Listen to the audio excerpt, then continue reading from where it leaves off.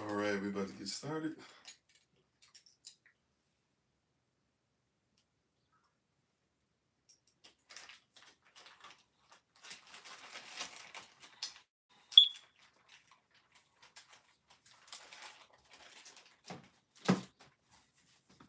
All righty. Shalom, shalom, peace. Let's go, let's go. May the words of my mouth and the meditation of mine heart be acceptable in Yahweh's sight.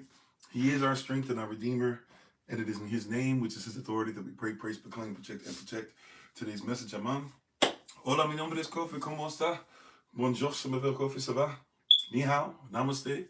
Hosayana Kitabuya, Ohio. I see you. Manut, Wagwan, Kamsa, Kamsamida, Aloha, Ciao, Ensemble, Privet, Kakashur, uh, Habarigane, Aquaba, Madase, Etese, Jambo, Bibini Kofi, in the first Katana the Wewe, Boker To, Boker Tav, greetings, grand rising, salutations, Bakwatav, Parakalat Shem Yahava, Anae, Kufae, Kufalet, servants of Christ, Mashalam Hi, Bat, Yahavada, Shalom. Greetings, I am Pastor Kofi, Pastor Servant of Christ, where we are always changing lives one mind at a time, but being the voice of the voiceless and speaking the unspoken. How's everybody doing? It's rising. Hopefully everybody was able to make it through the storm. You know, we had a lot of different things going on and a lot of different things that we had to get through, but so far so great. We tried to ask everybody to check in a little bit and let us know how they were doing. Everybody said pretty much they were doing well. So prayerfully you're able to continue to make it through. We're grateful and thankful to all of you guys for being on this rising. And we're excited to get into this word. All praises to the Most High Yah. Alrighty, so thank you so much for being on. We're going to continue in our series, the Revelation series. Once again, we give our honor and praise to the Most High. We give our praise and honor to Him for my wife, the Honorable Maya, who lives a life that's able to be honored. To the ministerial staff, moderators, SOC, Lottie Dar, and everybody. If you came on with us today already from Early Rise of Bible Study Session, joining us again. If you're watching this live later on, if you agree, disagree, whatever the case might be, we're still thankful and grateful to have another opportunity to be before you all again. If you do not mind, by the way, sharing this with persons, letting them know that we are on. We greatly appreciate that.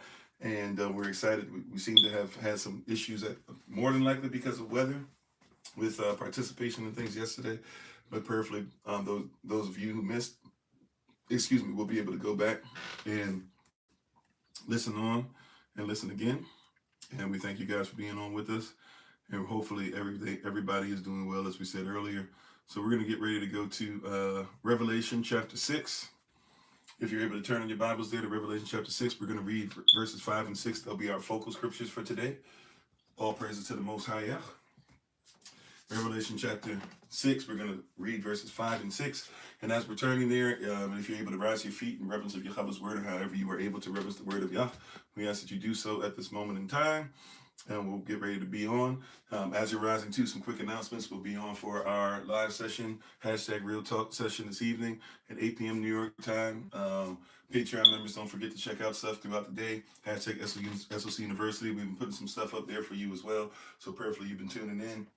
And also, please, ma'am, please, sir, if you are able to attend the project management meeting for those who do things behind the scenes and are helping us out, we'd love to be able to make sure that we have you on for that briefly later this evening. All praises to the Most High Yah. And thank you, everybody, for being on. We ask that you continue to keep each other in prayer. We're lifting up Elder Anais, praying that you feel better. Continuing to pray for Sister Austria, who has been able to return home. Praying for Minister Moselle, Minister Morel as well. Those of you who are going through anything, having to deal with this weather, praying for you as well. Also, too, if you don't mind praying for myself and my family, of course, as always, but especially I got something weird going on with my left shoulder blade or whatever. I think I just pulled something. We need to, we'll take our time to heal through that or whatever, but all praises to the Most High that it's not anything serious. Just if you don't mind praying for me, I appreciate that in your personal prayer closet, so to speak. But all praises to the Most High. We're going to go ahead and get it. Let's get into this word. Hallelujah. Right? Let's get into this word. If you're able to share with somebody, like, share, subscribe, hit the notification tab, all that great stuff around the world. We're thankful and grateful to you all for being on. And please do not forget, in case we don't see you for the rest of the day, please do not forget on Wednesday, Elder Tamara in the evening, 8:30 p.m. New York time, on Wednesday, tomorrow and Wednesday, even though I'll probably be around, but I won't be, technically it's my day off as far as specific live sessions at the times that we have. So we're going to go once again to Revelation chapter 6, verse 5 and 6. Once you have it, say amen. I got it. I'm with you. I'm listening. All praise to the Most High. Let's get ready to get into this word. And also, too, we're thankful and grateful for the ministerial staff that was able to come together and make sure that they were able to do the baby dedications yesterday in your region in Florida. Excellent work. I did see a video. I didn't see it. I saw it just popped up where a video was sent to me. So all praises. I'll look at it in a little bit to see these babies. I was hoping there might be a chance of me being able to travel down and be with you guys, but especially with the weather, it wouldn't have been, it wouldn't have happened. But we're thankful and grateful to see how it's growing us, and we're moving in a whole bunch of righteous directions together as one, as a community, as a family. All righty. How you doing, Brother Keith? How you doing, Vanessa? How you doing, Elder Anais? Sister Sheila, Sharon. I think I said Brother Keith already. Sister Beck, Sister Tamika. Thank you, moderator. Seems like you're already on it. Somebody said something crazy already. Thank y'all. How you doing, Brother Alton? How you doing, Minister Samantha Ray? Adulam, Focus, Brother Jacob, O.C., Cole, Joe, Lisa, Laroon, and please, Cole, if you can remind me at some point after the live session, I know I'm supposed to be contacting you. Just if you don't mind giving me a reminder. I think I put it in my alarms, but just in case, feel free to contact me. How you doing, Lisa? How you doing, Joe? How you doing, Nikki, Elmer, big Brother Thomas, Kid, the blonde, Rod, Davis, Calher, is it Sister Deborah? I'm not sure. We have Midget on, G Wiz, Theo, Tammy, Sean. Feel like long time no talk to you. How you been doing? Jet, Ibrab or IB Rob. IB Rob, that makes sense. Davy Lee, Alamo, Tammy, Double OG, Triple OG, Big G, Mabel, McDonald, let's see, Tranky, TSE. I'm not gonna say the it is what it is. Welcome. How you doing, Zombie, Tony, Bloodhound, Perez, Hernandez, Morfeo, Romero, Master Cody, I'm Blessed, Ruthie, Kenny, Jay Dripper. And if I miss anybody, charge it to my head, not to my heart. We appreciate you all. How you doing, Kalisha? Thanks for being part of the community.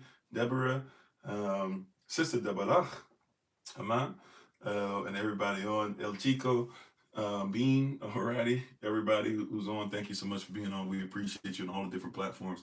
If I miss your name, once again, charge it to my head, not to my heart. We're going to once again get ready to read Revelation chapter 6. Verses 5 and 6. That'll be our focal verses for today. So if you're able to rise to your feet in reverence of Yahweh's word, or however you're able to, we're going to go ahead and do our Bible plays. How you doing, Sister Greta? And by the way, once again, just to double check, mic check 1 2, testing 1 2. If you have it, say amen. I got it. I'm with you. Make sure that everybody can hear and see us all right.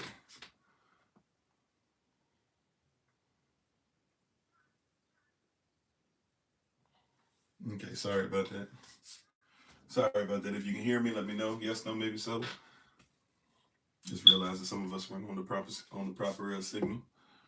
Clear. All right. Can you guys see and hear us? Okay. You got it. Okay. Awesome. All right. Here we go. Revelation chapter 6, verses 5 and 6. We'll say our Bible is. How you doing, Brother Darius? You can just repeat after me. Put your right hand on your Bible device in the air. Just repeat after me. This is my Bible. This is my sword. And this will I trust. For Yahshua is Lord. No sword of God shall ever be heard. For this is my Bible. And this is Yah's word. Acham Yahweh. Amen. Which is in his name's authority, let it be done unto us. Revelation chapter 6, verses 5 and 6. They read as follows. It says, and when he had opened the third seal, I heard the third beast say, come and see. And I beheld, and not what I thought it would be, a black horse. And he that sat on him had a pair of balances in his hand. And I heard a voice in the midst of the 4 beasts say, a measure of wheat for a penny, and 3 measures of barley for a penny. And see, thou hurt not the oil and the wine. We've just read Revelation chapter 6, verses 5 and 6. May Yah bless those who read, hear, and especially do his most holy and righteous word. You may be seated to go back to what you're doing in the presence of the Most High, Yahweh Elohim. And thank you for that. All right. So we got some stuff to deal with in this part of our series. By the way, we've been doing this for a while now. So if you're not aware, this is a series that's been going on since the first of the year, or first of 2026 at least. Depending on what calendar you go by, right? But from the first of the year and January this month, we've been going over Revelation. So we're now getting to Revelation chapter 6, verses 5 and 6 in this series, and we're talking about the third horseman specifically, and we're going to focus on some things because there's an order of things that are happening to try and destroy. How you doing, Sister Joy? Right, how you doing, Miracle? Thank y'all for the love again. Thank you for any likes, shares, subscriptions, hitting the notification tab or that notification, sharing this with others, donations, whatever the case might be. The things you do in front of the scene, behind the scenes. We thank everybody, Lottie there, and everybody. Shalom unto you and to your families. So we have to recognize what's going on here, and I want to look up something in particular because I want us to have some mindset of what's actually going on here and how famine is not only used, but famine is orchestrated. Now, famine is in depth because we can talk about famine as far as what we physically eat, but also what we spiritually eat, what our souls are getting, what our psychology is getting, what our, what our thought process is, what our children are being fed at schools. How you doing, Sister Deborah? Got three Deborahs on, Deborah, and Deborah. Right?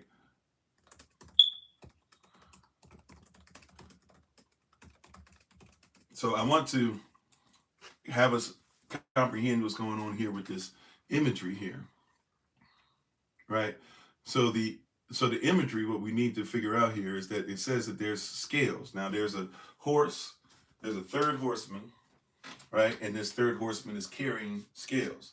Right, the first horseman we've gone over, which we were talked about, we hear the governance, a voice of the first beast, which is in Revelation 4, a way of governance telling us that to come and see. And so we're looking through the prism of the governance of the Lion of the tribe of Judah. For the first horseman has a crown and goes around, has a bow, and conquers just for the sake of conquering. That's what they do. Right, the 1% of the 1% of the 1%, even, if you will, right? And then we went over the second horseman yesterday. Second horseman yesterday tells us, which is Revelation chapter 6, verses 3 and 4. And in Revelation 6, 3 and 4, we see the second horseman who does not have a crown, but has been given a sword and goes around to take peace from the earth and does so and keeps power in line and keeps us where we are by having us fight against each other rather than fight those enemies we really should, and focus on the things that we shouldn't really be focusing on, rather than focus on what our enemy is actually doing from the inside out, if you will. Right? And then we go from there to another place where we have Revelation chapter 6, verses 5 and 6, where we now have a horseman who comes in and uses famine, even orchestrates it on behalf of the one who has power to make sure that we continue, in the midst of continuing to fight against each other. It's hard to see the truth on top of that when you can't even eat properly. Whether we're talking about physical food, spiritual food, etc., right? It is hard to be able to get what we're supposed to if we're not even eating properly. So if we go to this place where it's talking about a measure, you got to realize this word is being used for a measure, right? This person has two scales. Right, two scales. You got scales, two sets of scales. Scales, if you put something on one end and you want to weigh it on the other, and basically you don't give somebody something unless the scale balances out to wherever you need it to, right? To make sure that you're going to go get what, so that you will give what you have. So this third beast, which this beast now is the beast of that has the face of a man, the Son of Man. So Christ himself, Son of Man, coming out of the lineage of David, Judah, Son of Man, right? We should look through a prism to see what's happening. And if we look properly through this prism, how you doing, James? And how you doing, you Yawana? Yawana? I'm not sure how to pronounce it. And FB, Shake, and everybody coming in. So we look through this prism of the Son of Man, of Christ. Christ is saying through Judah, through David, through lineage, through the one who sits upon the throne, right? If we look through his prism, he says, hey, through this way of looking, through this way of being governed, you should be able to see something. And the third horseman shows up. Now, once again, when we look at the horses, whenever a horse shows up, we're talking about a time of war. How you doing, Sister Mignon? How you doing, Empress? So when we're talking about a time of war, you must recognize that in Israel, horses do not just run around all day. Horses are not seen around on a regular basis unless you're talking about wartime, right? Other than that, so persons did not just like, we have this concept of in the Wild West, which wasn't even really done in the Wild West as much as we think, but we had this concept of everybody had a horse and this and that. Horses cost money. Horses are expensive. Horses have to be fed, right? And so you don't just see horses everywhere. Horses are in their stables, or horses are where they're supposed to be taken care of, so that when it comes time for war, you can be ready to fight. Okay? So whenever we see these four horsemen, we have to first realize the fact that they're on a horse, the fact that they're on horseback tells us that we're at war. All right? Then number two, these horsemen now symbolize something. Once again, the first horseman in Revelation 6, 1 and 2, we can see, oh, okay, these are the 1% of the 1% who come to conquer and come for conquering's sake. Number two, then you put in a situation where you have the second horseman who does not have a crown, but this one has been given a sword by the ones who rule, by really the Satan ultimately, to go against the sword of the word of Yah, and uses things to cause confusion amongst ourselves, so we will fight each other rather than make sure we fight our enemy. Right? We wrestle not against flesh and blood, though. We wrestle against what? Principalities, against things that are of origin that have been taken away. And when we do not know who we are, it's easy to attack the wrong person. If you're playing basketball and it's just a pickup game, sometimes you can make a pass to the wrong person just because not everybody's wearing the same thing. That's why sometimes you might do shirts and skins, or you might make sure that there's jerseys around somewhere that persons can just put on real quick. Why? Because we need a way to be able to say who's who. Right? If you're playing football, no matter how long you played with somebody, if everybody wears the same exact jersey, and we're saying, right, the same exact socks, the same exact pants, right, the same exact helmets, there are no numbers to differentiate who's who. Even if you have a mindset of, oh, okay, this is probably who's doing this, that, whatever, and if everybody even were truthfully not trying to be deceptive, but just simply act like they would, even if you had different jerseys, it's going to be difficult to be able to tell who's on your side and who's not. Right? So you fight each other to the point to where now who is my enemy? Right? It's not all skin folk is kinfolk. But hey, well, it's better than nothing.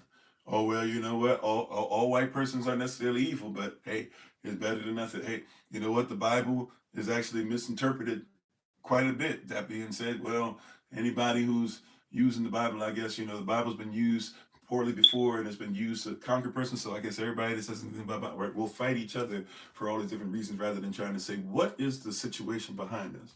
And then it gets to us today to where now we get in with this third horseman who is riding around, right, and has two scales, right? He rides on a black horse and has two scales. And I heard a voice in the midst of the four beasts. Now, who's in the midst of the four beasts? How you doing, Sister Shima? Who is in the midst of the four beasts? Who's in the middle of the four beasts? Who sits upon the throne? Who is the lamb that was slain that is the only one that can unseal these seals, or at least give permission for these things to be unsealed? This is Yehoshua. This is the Messiah, right? How you doing, Brother Rodney? And so the one who sits upon the throne tells us what this means. Once again, Son of Man, third beast, way of governance. So the Son of Man who sits upon the throne, he says, hey, if you're looking through this properly through a prism, you don't have to guess what this is. I'm going to tell you what this means. I'm going to tell you what this identifies, right? So this one who sat upon this horse had a pair, that's two, balances in his hand, right? Had a pair of balances, had two different ones.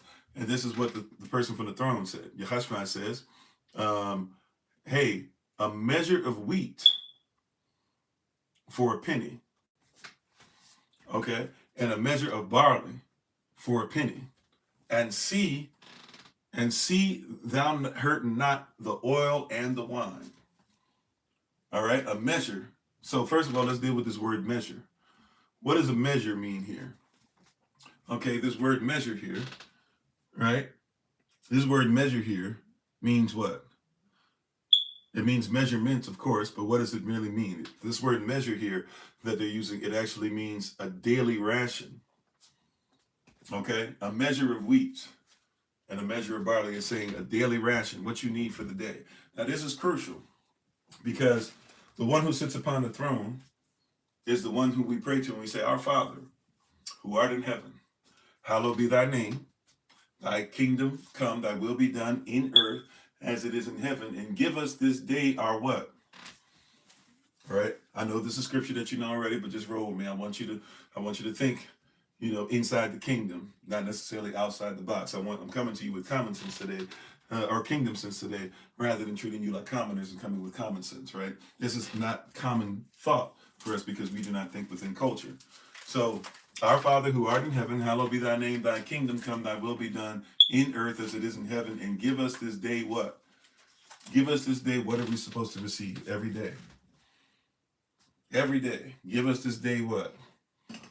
Christ was asked, how should we pray? He told them how to pray. He said, in this manner you should pray. And when we pray, we ask for what? Give us this day our daily bread. Come on. How you doing, Sister Sherry? Como está, mi hermano? Gracias por tu presencia siempre. Right?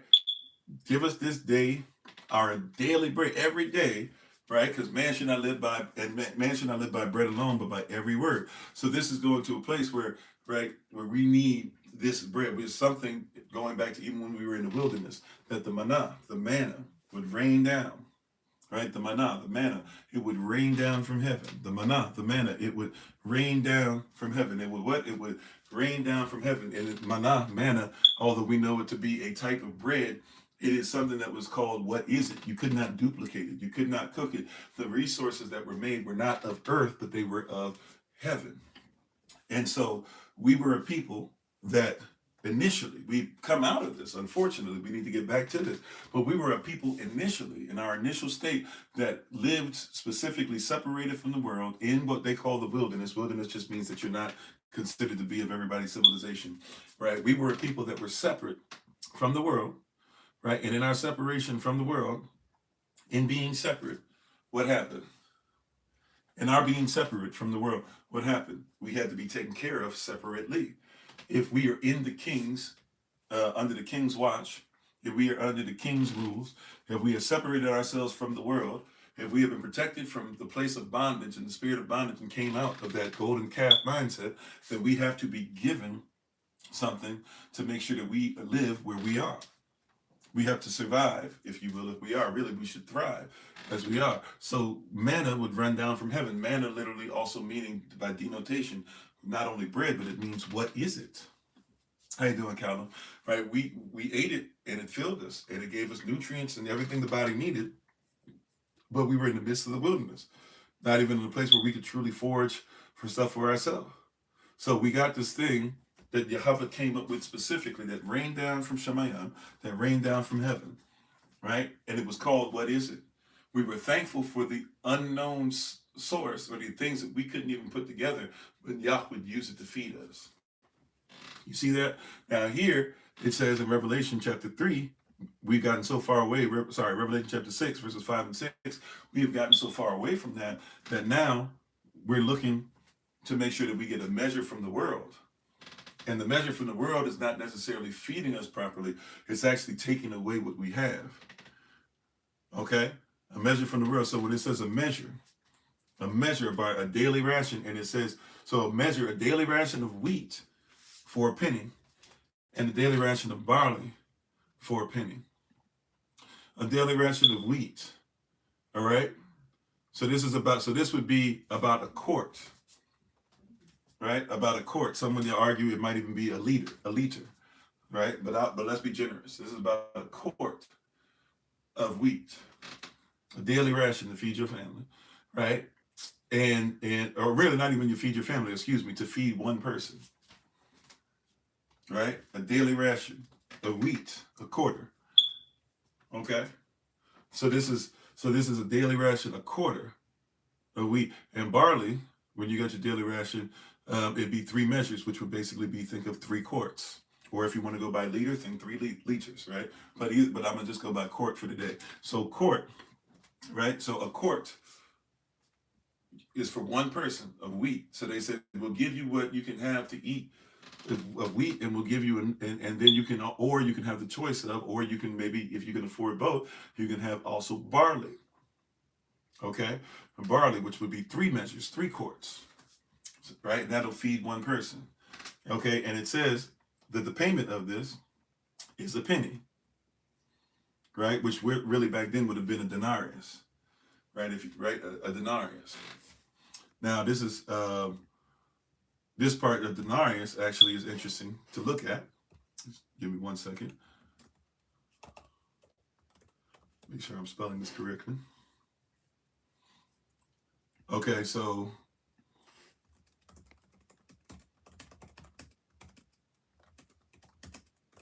I just want to look up something real quick. Sorry, excuse me. So when it says that the woman, so for example, to show you how much a denarius is in these times. Now there's a little bit of inflation in between where I'm going to, and like, which would be, you could look this up in Mark chapter 12, verses 41 through 44, or you could look this up in Luke chapter 21, verses 1 through 4, where you see that there's the poor widow who gives the 2 small copper coins, right? Which would, I think it's a lepta, but she gives these 2 small copper coins. When she gave everything that she had, which they said equated to a farthing, right? Some of your Bibles say it's a farthing. It's actually like one, it could be, it's anywhere in between. We still don't know, because once again, inflations and things like that, and where you would be in the world at the time, it could slightly be different. But it'd be like saying 1/64th, or even up to like, even down to rather 128th of a denarius. So to show you that Christ says this woman gave all she had, and she had 2 copper coins that basically were 1/64th, or maybe even as little as 1/128th of a denarius. Okay, so this denarius, right, is something that is a lot more. So this woman, the last that she had was one. Let's just be generous, 1/64th. Right, 1/64th. It was 1/64th of a denarius. Here, right, she was able to give 2 coins that basically meant that she had 1/64th of a denarius.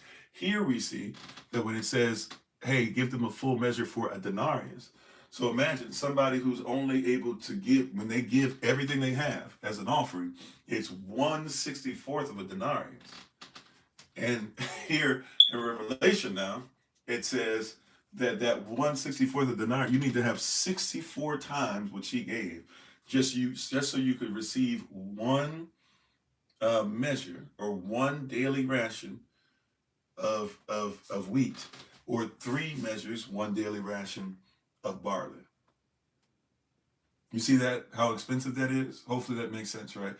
Like you see how expensive that is to live, right? And a denarius, by the way, is that, and this is where it even gets more. So it shows how much some persons are in poverty, because now if we go a little deeper, right, the value of a denarius is basically the value of a full day's labor. So this woman couldn't afford, she tried to live off of, right, 1/64th of what it took to take care of somebody or buy food for a day, based off a full day's labor.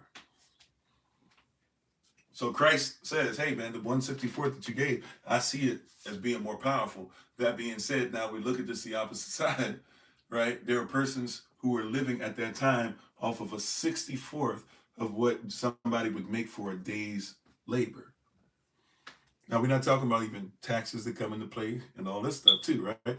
We're just talking about specifically that if somebody is receiving a denarius, that's basically, think about what you make in a day. Or if we want to talk about the average, what the so-called average American makes in a day. And how you doing, Tomsky? Right? Think about how much is going on there, where persons make a denarius in a day, and now in the midst of all this stuff, after we see the persons who were conquered, conquistadors, and all this stuff, and putting together stuff, 1% and 1%, and now they put together persons who allow us, who are always having us at war, including being at war with each other. And now we're having issues even feeding our families on top of that, because what our daily wage is not enough to take care of what we need to survive. Does that sound familiar? Right? Did that sound? See, when person say, "Oh no, this stuff doesn't make sense," and blah blah. Does that sound familiar?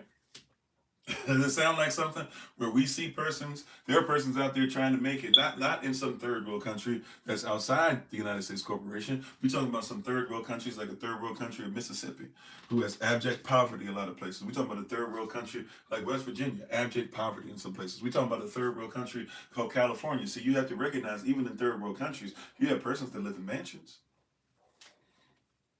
What about a third world country, like Hawaii? Where Hawaii, you have persons who own so much land, right? But won't make sure that persons will have places to go while they say, "Hey, can you raise money to help us to make sure that persons can survive and they don't lose their homes and da da." Meanwhile, you own all the land. Why can't you just give them some land? Right? But this is where we are, where the persons are being told. This is why everybody got upset at The Rock. This is why everybody got upset at Oprah. Because look, at the end of the day, you guys own the stuff and won't allow us to live on what righteously belongs to us anyways. How you doing, Brother Yahassam? How you doing, Queen's Delight? Everybody coming in here, thank y'all for the reposts and the love and the shares. Uh-oh, we got a problem. They're telling us that we need to go ahead and put our hand to the plow and work 8 hours, 10 hours, 60 hours a week, 80 hours a week, and everything's going to work out and you'll get the retirement, but you can't get what your parents used to get because your parents didn't have to pay a day's wage, right? They didn't have to take, even those of us that were segregated to a certain degree, didn't have to take everything that we made and then give it away as soon as we make it. This is what this horseman is on the black horse. I remember it wasn't that long ago that they sent somebody to the United States of America from the UN and sent them to West Virginia and had them study and had them give a report. And they reported back, they said, shoot, those guys in West Virginia, they're living in abject poverty. This is third world times third world.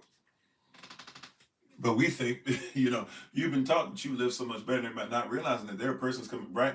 There are TikTok videos and YouTube videos out where persons are being sent, persons of their own social media on their own social media platforms or from other places or from BBC or whatever, and they're coming all the way over to the United States of America. They're covering what's happening with ICE, and they're covering what's happening with Trayvon, and they're covering this stuff. They're covering what's happening with poverty. They're covering what's happening with those who are, Make America Great Again, and those who are the Proud Boys. Now they're covering what happens at January, what is it?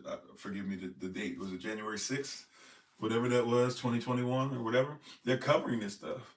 And they're showing it, and they're showing children that are poor. I'm not even making it up. It's not even a joke. I used to think it was a joke, where they're covering children the way that you used to grow up. Some of you who grew up in this time frame where you grew up and you would like wake up in the middle of the night and you see Feed the Children, and you see the little African boy who always had the big swollen stomach and he had the big eyes, or the eye that he didn't close it and the fly was in the middle of his eye and stuff, right?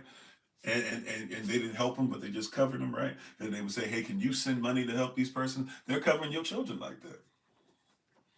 They're sending person to the United States Corporation, to the United States of America, to the US of A, and they're saying, yo, look at this baby over here. A $15, right, a month could help this baby be able to eat. He goes to school and he's not even allowed to eat food there. You can make sure that you help them to live in these dilapidated homes. You can help these babies who are living on playgrounds be able to have at least food while they're scrounging for food. They're watching them, right? They're watching them as if they're in the midst of watching, the Tarzan type stuff that they used to show you. Yeah, those UNICEF commercials. Yeah, they're showing you that they're watching you in poverty, and you're sitting up there talking about how you're rich. This is why the Bible also says not only the one group, right? That it says you are poor, but really you are rich, which is us. It says that there are others out there who think that they need not anything, but they are really wretched and naked and poor. Right?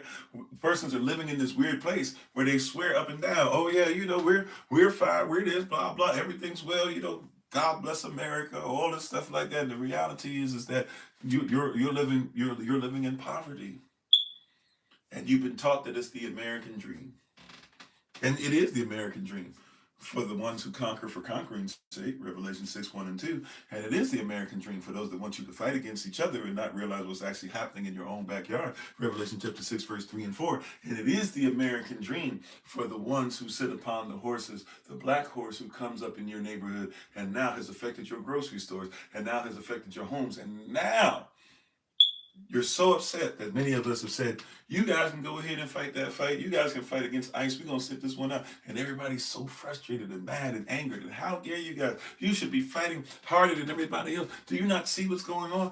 And it's like, you guys don't realize we've been going through these things.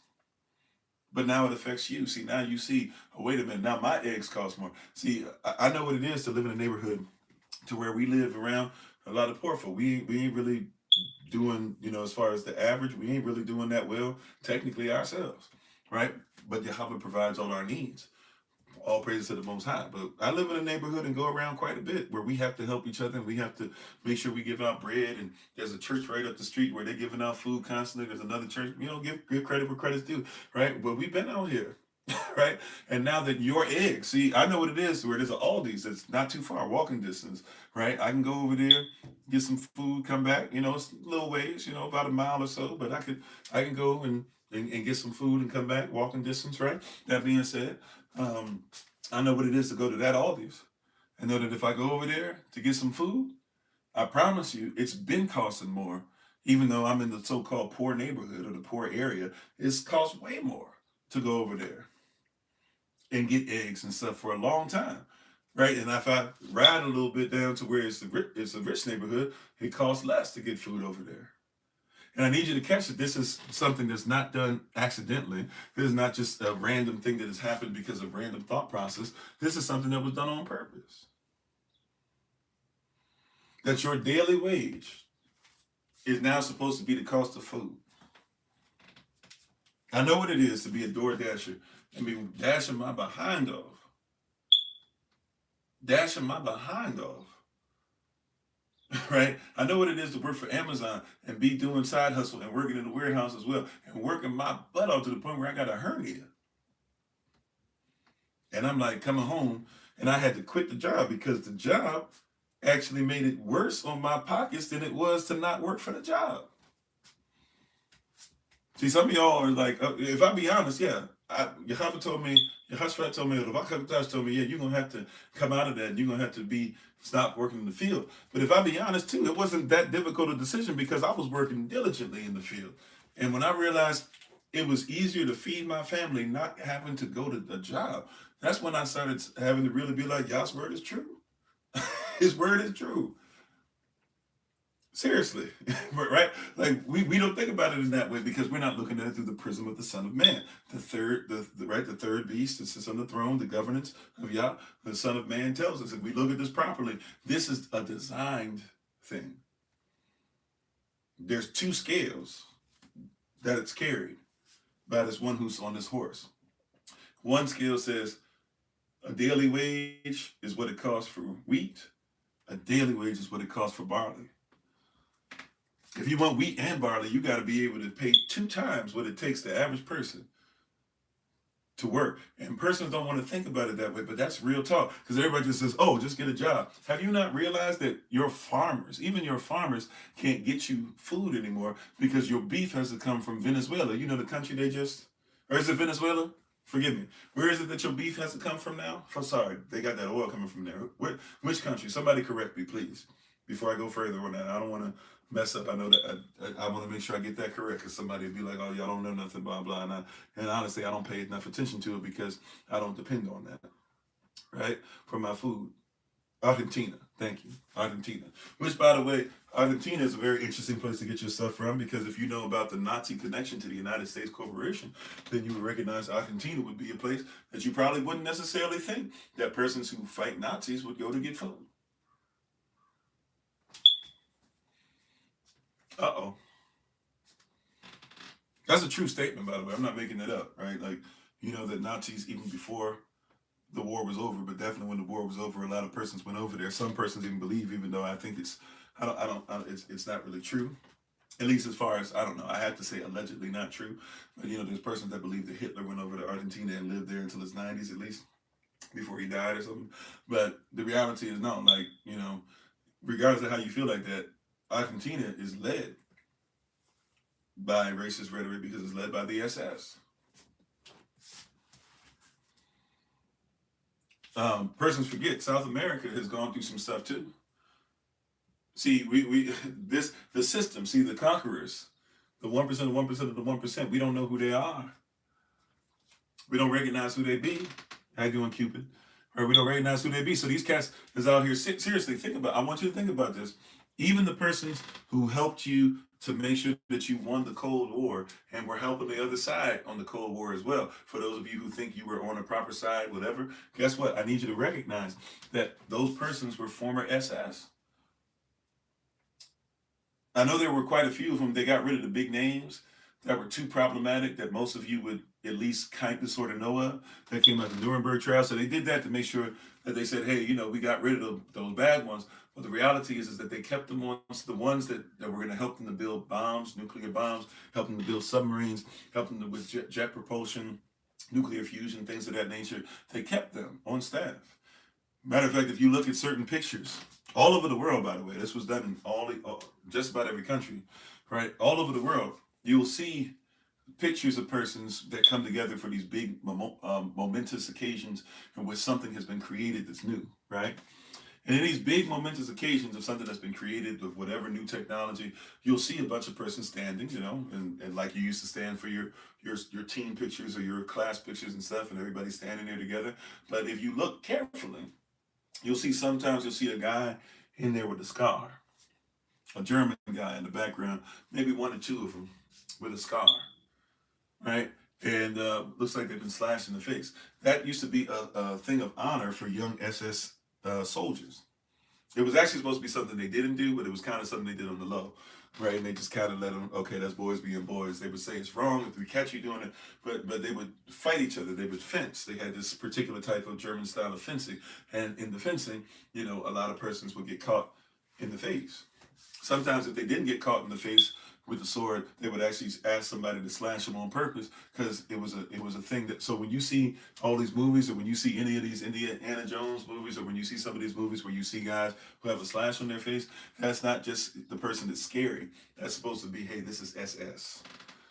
But these persons were on staff, right? And a lot of these persons were in Argentina and now have raised families and been able to get into government positions and things of that nature. And don't forget as well, Argentina not only deals with that too, but it's not that far from Brazil, right? Neighbors. And Brazil, you forget where Brazil comes from, with Portugal and the slave trade and things of that nature. And also, please don't forget that there's a bunch of SS that are over there. And also, please don't forget that at the end of the Civil War, so-called Civil War of the United States, that those in Texas who had fought against Mexico because they wanted to keep slavery, and then seceded from the Union because they wanted to keep slavery, and then when so-called black men were coming and were going to eradicate them, they got on ships and they took slaves with them, and they went down to Brazil and went into South America. And that's why in South America to this day you have a lot of places that still have the Confederate Jack, or what we now call the Confederate flag. Well, on, Audrey, how you doing? 5J Fro? Thanks for being part of the community. User 328775, etc. Thanks for being on with us. And if I miss anybody on any platforms, how you doing, Sister Allison, K Money Green, everybody, Money Green. If I miss you, any platform, charging to my head, not to my heart. Much love and respect to everybody. So we see this stuff happening right in front of us, right? And the persons who are leading us are the ones who are our enemy in the first place. How you doing, Sister Michelle? Right? So we have to be honest. We'll say, oh, this stuff is far-fetched, but wait a minute. Do we see that there are persons who are out there conquering, who have changed the word, who make sure we fight against each other, who have us blind to the issues of the world, and now we're so blind and we don't even know how to take care of ourselves. We do not even know how to feed ourselves. So we're not even in a position to go, you know what? Like, we can eat without having to have somebody who now can raise the price. Because it's about conquering. Say, who cares how many live or die in their eyes? They will raise the price of food to where if you want to eat what you need, it costs you a day's wage. Now watch this, that's per person. This is per person, right? Per person. A measure, a daily wage, per person. Okay. Now what if you have a husband and a wife? You got to have 2 daily wages just to make sure they both have wheat. You got to have 4 daily wages just to make sure that they can eat barley too. But wait a minute. What if I have a husband, a wife, and a child?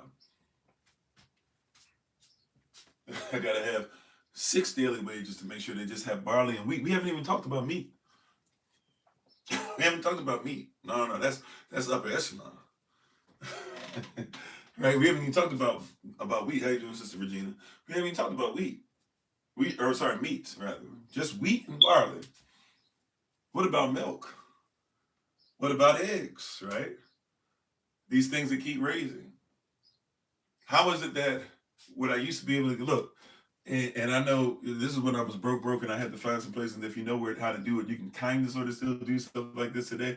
But I'm talking about a single father, 3 children, and I had to know how to take $50 or I had to know how to take $100 twice a month. Sometimes just $75. Oh, really? Okay, no, this is what it was. It was $50 a month. I would go to a place where they had I would go to the butcher, and there was a place in D.C. Now they burned it down. Well, allegedly it was an accident, and now there's other stuff there, right? But it used to be a place you can go where you would go to a butcher, right, and you would be able to get your meat. And so you had packages like they had it back that old. Some of y'all might know about this. I don't know if they do the same way where you are, but they wrapped it up in that paper, that brown paper, right? And sometimes it was salted, but it was what it was. If you was gonna eat, you had to know how to get the salt out, and you would go there. So they had packages for $25, packages for $30-something, packages for $40-something. So if I was doing really well for me, if I was doing really well that month, I can get the $50 package, that butcher paper. Okay, amen. So I can get $50 a package, right? $50 for a package, and I can take care of the meat for a whole month. I was doing big things. If I had messed around and do 50 and give me 25 on top of it, oh, I'm balling. But for $50, I could go there. I have meat for the whole month, and then I could and different types of meat too. So I can go and I could have something every day. We could eat something a little different, and then I had throughout the rest of the month, I could do from $50 to $75. I could probably go to different stores that I knew what the pricing was, and I can make sure that I had enough food to be able to do what I need to do every month. That was me balling back in the day, right? I was balling, and I'm not even messing around. I'm saying like for the time, right? And this is about 20 years ago. It was like, oh, okay, like I had this thing planned out. I can go here. Like I ain't touch Whole Foods and all that. That was upper stuff. I didn't even know. I had never been in the Whole Foods until somebody actually took me there one time. I had never even been inside one. I thought, in my mind, rich people go to Whole Foods. You know what I'm saying? Like, Aldi's was where it was at, and in DC they really have Aldi's like that. Now they do, but they really have Aldi's like that. So I had to, go to certain places, pick out things.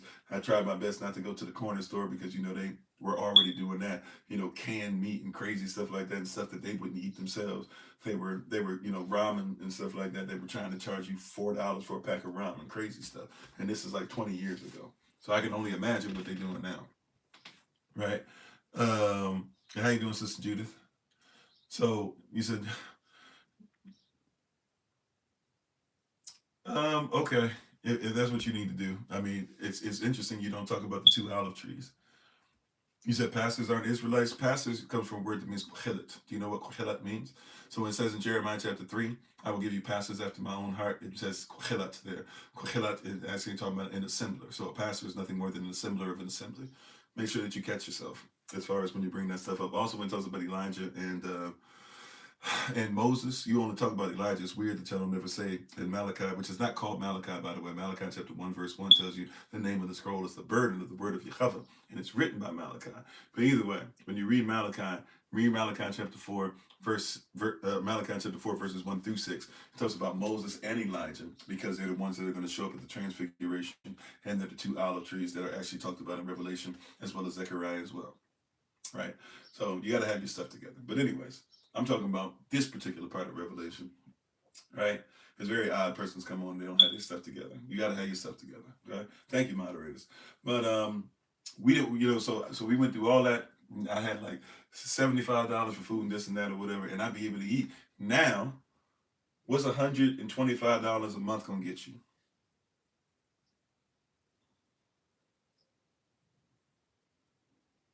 For some of you, if you made $125 in a day, you would think your day is a failure. It's a daily wage, but it's worse than that because it's getting to a point to where a daily wage, yeah, $125 might get you a bag depending on where you're going,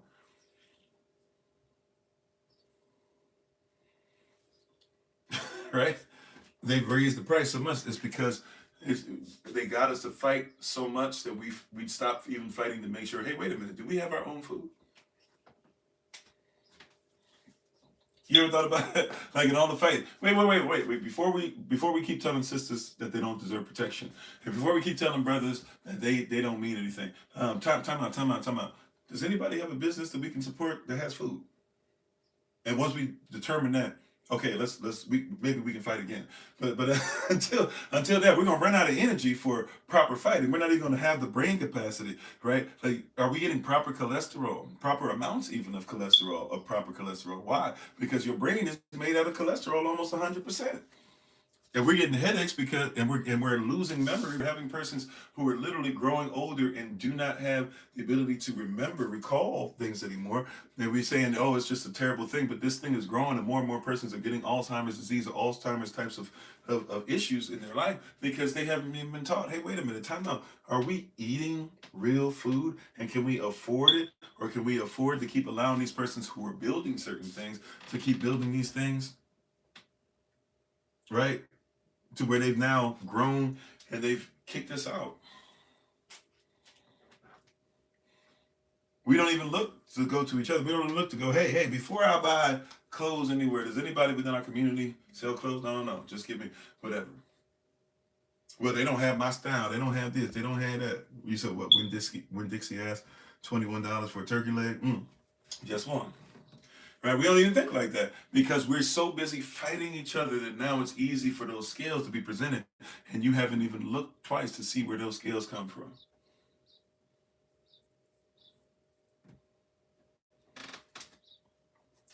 Where did those scales come from? Out of nowhere, where it's a daily wage. That what you make in a day, you have to make more than what everybody makes in a day just to make sure that you can eat. Does that sound righteous? Now, we're supposed to be able to sow seed and allow the seed to grow 30, 60, and 100-fold. That's culture.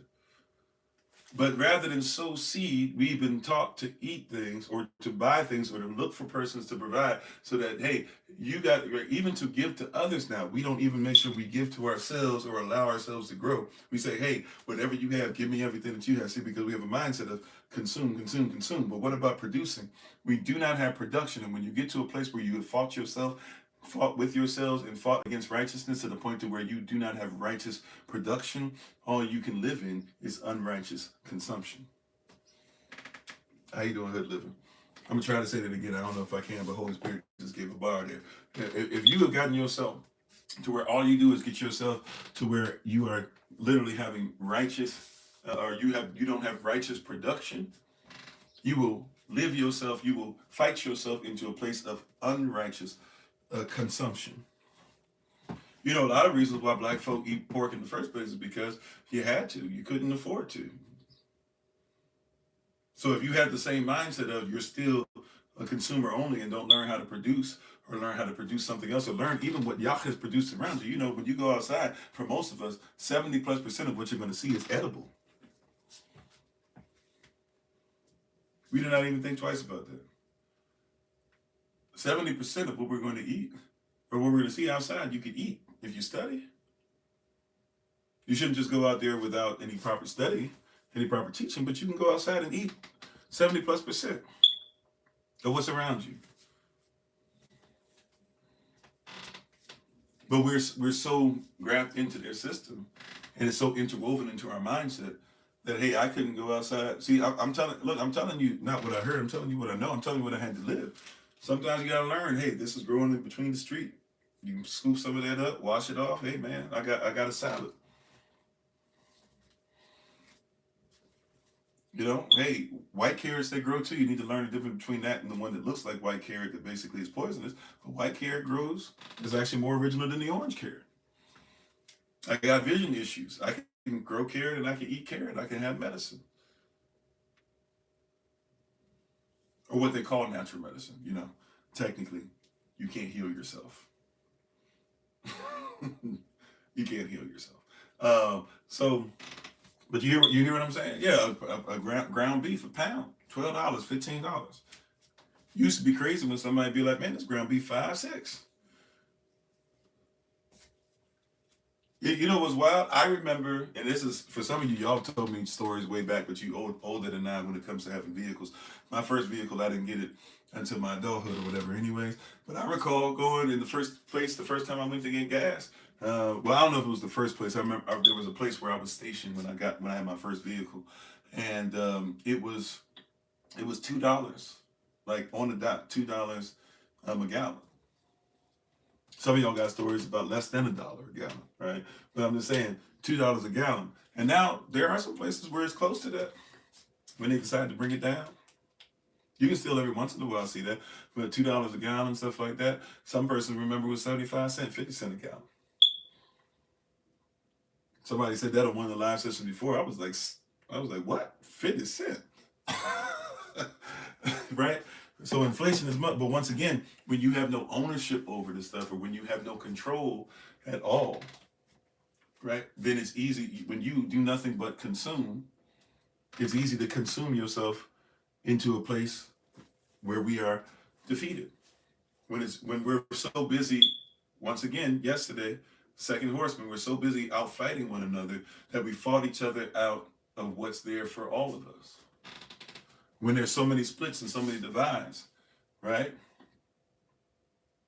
What did even though this is a different contest, but what did when it was Pusha T going against Drake, what did Pusha T said? He said it's hard to count them M's when baby divides the pie.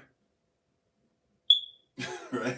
In other words, you what he was saying, right, is that Drake, you might be saying all this stuff about you got this, got that, whatever, but for real, you talking bad about my money. He was like, but hey, I get access pretty much to mine. I got to give some of it, but it's pretty much coming to me for the most part. He said, when it comes to you, though, he said, your money got to go through the record company and then the distribution. The distribution, and then it got to go through Baby. Baby, right, is the one who's over all the stuff that was cash, cat, cat. Yeah, cat. I'm showing my age here. I don't remember the name, but Cash Money, Cash. you had no limit, and then you had Cash. What Cash Money? It is Cash Money, right? Cash Money, right? And then so they had to give to the family, then they had to do the family distribution, and then they had other stuff that you had to give to as well. Then Cash Money had to get theirs, then Young Money had to get theirs, right? And then Young Money wasn't even getting theirs, if you recall what happened to Lil Wayne, right? So Young Money had to get theirs, and then we can start talking about Drake. Hard to count the M's when Baby divides the pie. And Baby was notorious for not giving persons what they deserve. But once again, if you got into a place where you can get as famous as Drake, now Drake makes a lot more money nowadays. He's actually in trouble because he's using this money wrong. But that being said, right, Drake, hey man, you done got to a place where but the point of now I just said his name. Now I'm about to say his brother's name. Not Malice or No Malice now, but I'm trying to say T-Pain. That's not right. But anyways, when he was going back and forth with my man from Virginia, I'm forgetting his name again. I'm having a moment. Anyway, but he's basically saying it's hard. Look, I get mine, but you don't get yours. Even if you make more than others, you really know you ain't getting paid the way that you trying to tell everybody you getting paid. It's hard to push your teeth. Thank you. I don't know why I'm having an issue. How you doing, Kofi? It's hard to divide them. It's hard to count them M's. It's hard to count your money that you said when Baby divides the pie. But for us, the same thing. It's hard to count what's supposed to be ours when everybody else divides it. When you divide from each other, right? You divide and you fight. That's divide and conquer technique. So now it's hard to count. Well, what is this even supposed to cost? How much does it actually cost to make this? Farmers were against, the movement or whatever that person's wanting. So now, guess what? Most of the farmers now y'all bankrupt. It's hard to count them M's. When baby divide the pie, when the Satan divide the pie, when the world divides the pie, it's hard, isn't it? Now all of a sudden, hey, we're upset. You're not going to march with us against ICE, blah blah. But you were divided all this time, and you didn't care, and you were saying, Me Too movement, and you were saying Black Lives Matter and all this. But then you also on the low were coming out and stuff, and you were saying, when do we get to finish? We don't have to talk about this. I'm tired of talking about the blah blah. But now that it's affecting you, and now that you've seen your girl, now that you've seen your auntie on the news, and you've seen your man's on the news get lit up just for existing and following the law. He had a gun just like they had, and hey, didn't y'all say that it's okay to have guns as long as you got a permit? And he wasn't even using his gun. He was trying to help persons, and they lit him up. Now you see the cost of it, and now but you were fighting so much, and you were fighting so much. You've been so divided. It's hard to count them M's when baby divide the pie. It's difficult. I ain't doing Melissa. Thanks for being part of being on. Thank y'all for the love. Right? It's hard to count them M's. Because the M's ain't M's no more. The millions aren't millions. Your thousands ain't thousands. Your hundreds ain't hundreds. Your dollars ain't dollars. Because everything is about, well, give me peace. Do this. This is what I want. Blah, blah. I would spend it. And so you fought yourself out of relevance. I'm not talking about relevance as far as you need numbers. I'm talking about you fought yourself out of relevance to go and make sure that you eat.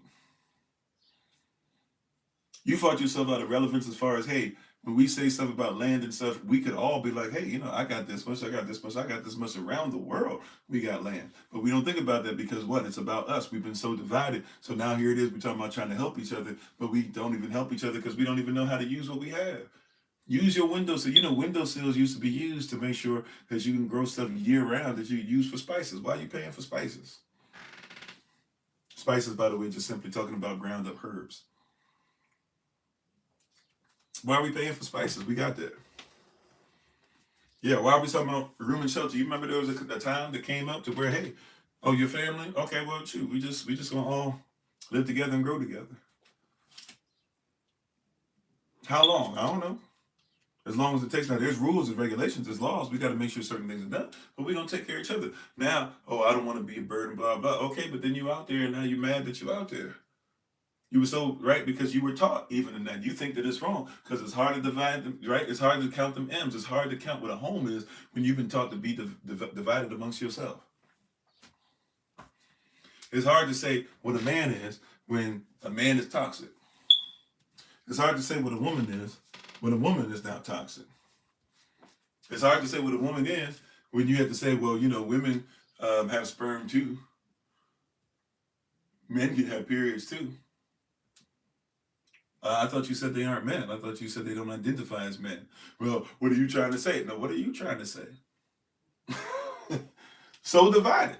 You hear what I'm saying? Like, think about this. I tell persons this all the time. Persons don't like it when you say this, but it's real. Even if I try to support your humanity, and I do, by the way, it's difficult when you're telling me, okay, as a human being, you identify. So if I try to play along with it, right? And I'm not trying to even be mean. So fine, let's say I try to empathize and go along with it if you prefer that.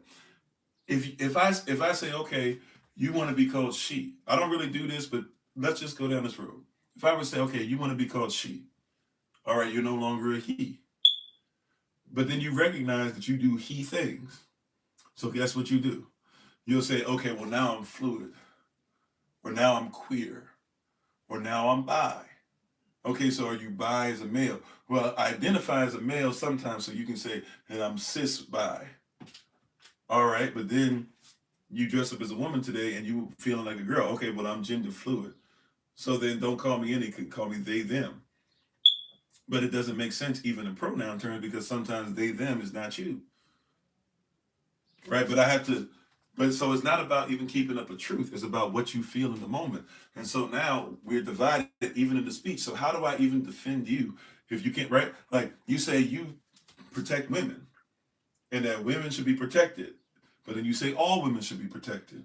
Okay, so you're saying you're a woman. Okay, bruh. You're not bruh, but okay, right? All right, you say you're a woman. Problematic, though, Because then when you go to the doctor is not supposed to treat you like a biological woman, no matter how you identify. Correct? If you go to the doctor and you say, oh, wow, I missed that. You said 65 cents. Wow, 65 cents a gallon, right? If you go to the doctor and say to the doctor, I need to be taken care of, the doctor is going to take care of you as a biological man who identifies as a woman, whether you pre-op, post-op, whether you're cis, non-cis, binary, non-binary, whether you're whatever letters of the alphabet that you put together, you're going to be treated as what you are scientifically. Even if they empathize and respect your humanity, they still have to respect your humanity.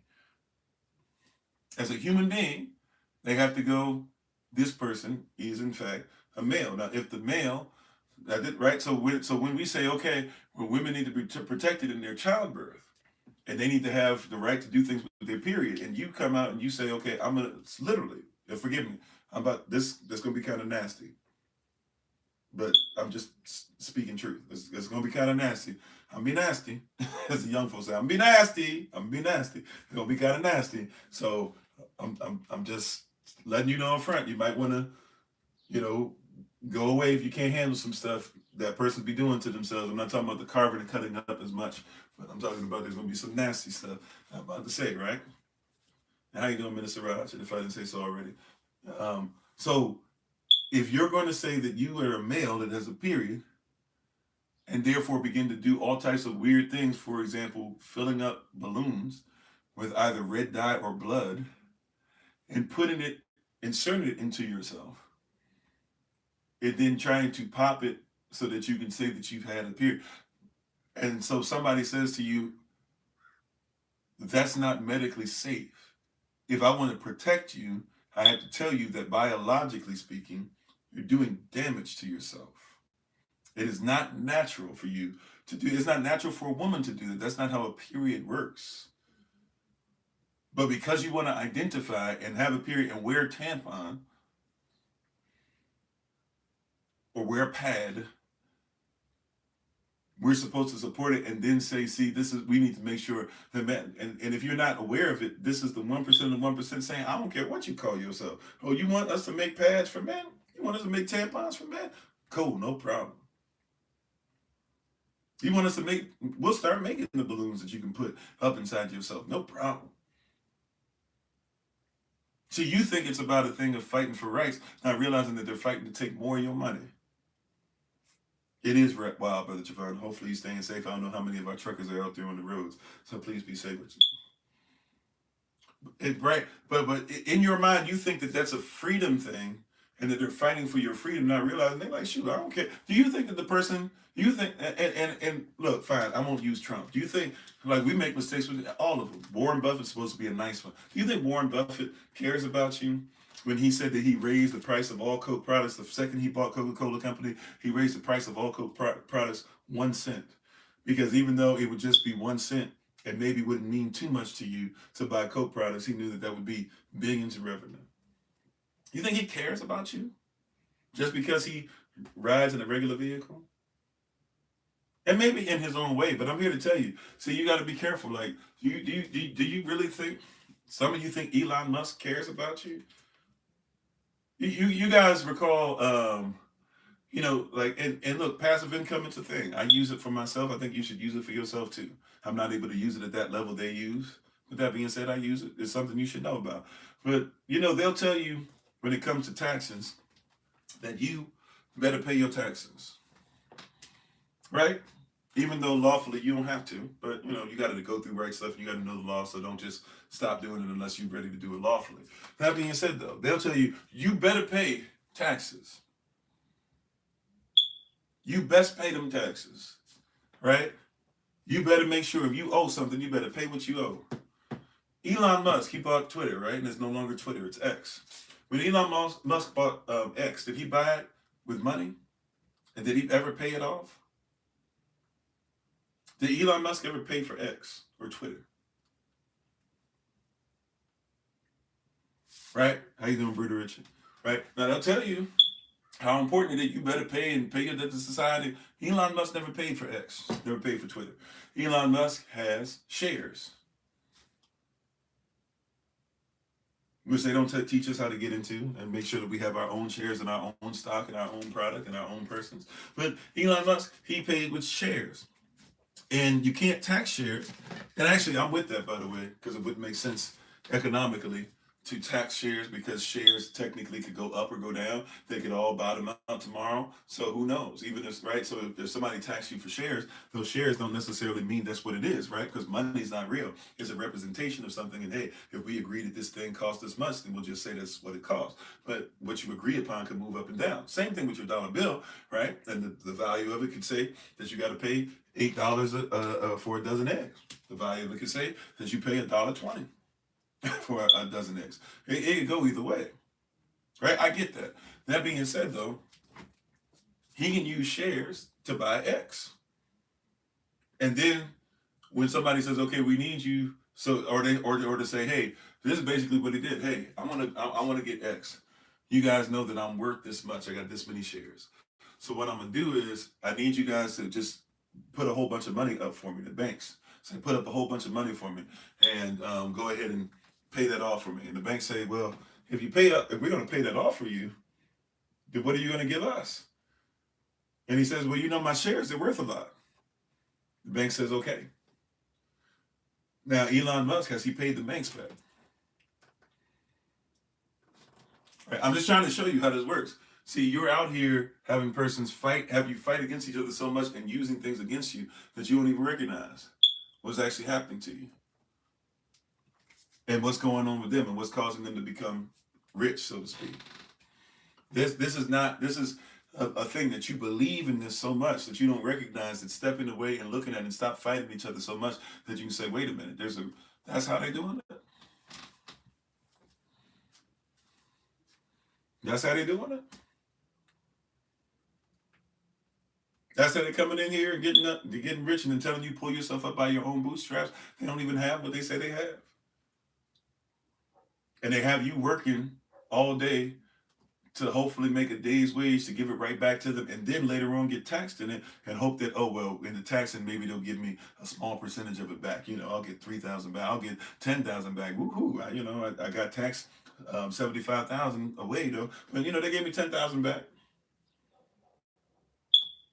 Cats out there making $150,000. Let's be nice. Somebody knows what they're actually doing to a certain degree. Let's say somebody's making $200,000 a year. They're losing 75,000 of it a year, and then all of a sudden somebody says you might be able to get 10,000 of that back. Now, even though one might say, well, they still had 125 and then add 10,000 to it, that's 135, but they still getting robbed.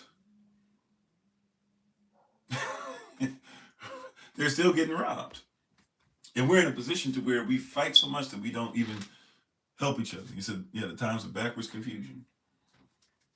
We're in a situation where we fight so much with each other that we're not even looking to see. Some of us have fought our way. Like to be honest, look, some of us will fight our way because of whatever. I stand on principle. I'm going to make sure everybody knows. You're going to get to a place where nobody can even help you out. Because you'd rather fight your way out of even receiving or helping. You forget, God forbid you help somebody in your community. But you're going to fight your way out. A lot of us have. A lot of us are out there where we're in positions now. Even persons who took this racist stuff, what's his face, who was so busy thinking he was going to be the next racist white supremacist star on YouTube or whatever he's on. He's on multiple platforms. And he ended up getting kicked off all of them. Can't even get a job in his town. He's the guy, I don't know his name, but he's the guy that walks around, always has a gun on his hip, and will go to black neighborhoods and find persons and he'll call them the N-word with a hard R. And when the person starts to approach him, he makes sure he shows his hip and shows his weapon, and then they kind of start backing off him. And when they start backing off him, then he'll turn towards the camera and say, see, they chimping out. Call us chimps and stuff, right? Then they fired him. Then he started his own business. They said the town, and it's a small town, small so-called white town. They said we ain't hiring him. He tried to go to a church. They said we can't even have you here for worship because you got enemies. And the pastor came to him and said, hey, I'm a priest, so I still have to, do what it is. So I'll meet you somewhere. I can't meet you at the church because I can't have you putting my parishioners in danger. We even have black persons that come here and worship too. He's like, so I can't have you coming here, but I'll still come to you. And he's upset now. He's putting stuff out there trying to say, can anybody support me? And made what, like $4,000 on his GoFundMe or whatever he's using. So busy trying to make money off of separation that you don't realize that you could have literally, the same church you want to go to where there's black folk that were probably praying for you in the midst of your talking trash. Right? We're so busy. We're fighting our way out. We're fighting our way out. Persons so busy doing FBA stuff now, and we're realizing FBA is turning into a pyramid scheme. And now you done messed up, and you done called everybody and their mama this, and said everybody from Caribbean is trash, and everybody who doesn't say that they're Native American is trash, or everybody who doesn't make sure that they have at least one parent, and now you're starting to do eugenic stuff and all that stuff. You're fighting your way out. Yes, I have. That's not what I'm talking about today, though. Thank you for being on if you'd like to talk about what we're talking about today, right? If it goes into a thing, we do Q&A every other Thursday and Friday. It's not going to be this Thursday and Friday, so if you want to come back in two Thursdays or 2 Fridays, feel free to do so, and you can go ahead and try to question whatever it is that I believe, right? in that perspective, you can ask questions about what we're talking about if you'd actually like to, and then we can, and if it deals with that specifically, then you can feel free to. If not, today might not be the day for you, but I hope you have a great day regardless, right? Hope everybody's staying warm and everything. So we had to have this mindset. We had to have a proper mindset, a proper thought process, right? We have to recognize and realize that we have been taught to fight each other, right? More than to love each other. And so now when you come out of that, guess what you have? Now, hey man, can you afford bread? What is your daily wage? Right, by the way, what is your daily wage? Like, what is the actual consensus on what is minimum wage? What is the consensus on what the daily wage is? That changes from area to area. So now we're in so many different areas and stuff too. Somebody might say, man, you're making $200 a day, $200 a day in, near Beverly Hills or in certain parts of LA or in trying to live in New York or New York City or in trying to, live near the National Stadium in Washington D.C. or trying to live on the Miami Strip, especially in certain Jewish towns, or even in certain rich Cuban towns, etc. Like it don't mean the same thing. We don't even have a mindset to come together. First, you have to be able to come together so that somebody doesn't get to control your wage or split you up to where your wages are different. What is a daily wage? See, until we actually come together as a community, we can't even say what a daily wage is. I don't care what they say the federal government says. The federal government is supposed to be a bunch of states who give their corporative side over to the federal corporation. So the federal corporation has a whole bunch of daily wages. So when they say the average or the median or this and that, all these different terms, that we don't even know what part you're talking about. Right? Daily wage in parts of Arkansas are a lot different than the daily wage in parts of Cali.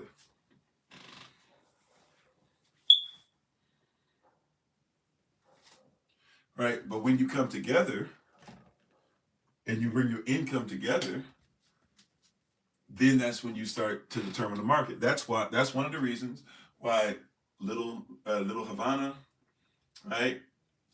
Little Mexico in your states and your cities, Chinatown, etc. Right? These places, when they come together, they make money. You know why?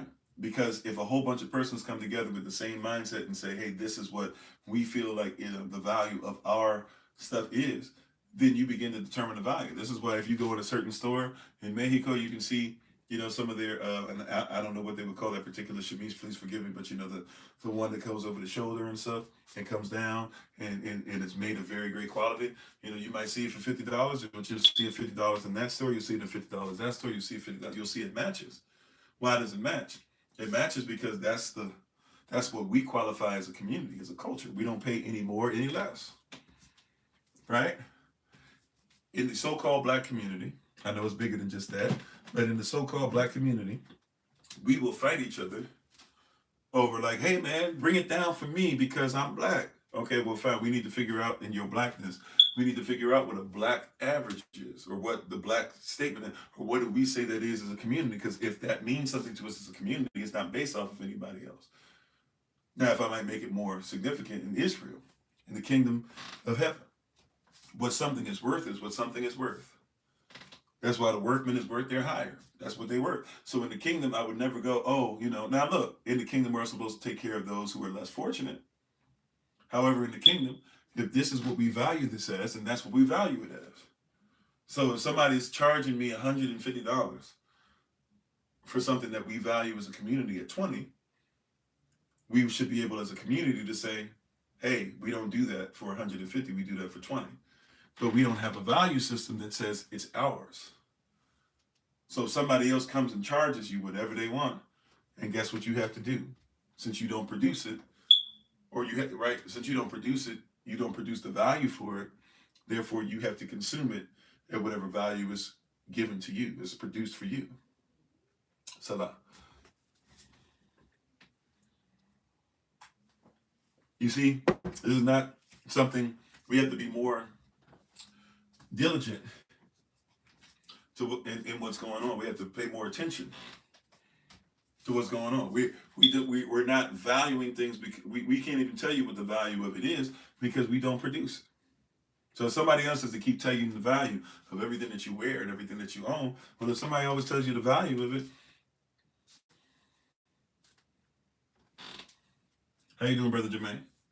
Right? If somebody's always telling you the value of what you wear, then how do you value, right? Then your value of what you wear is not yours.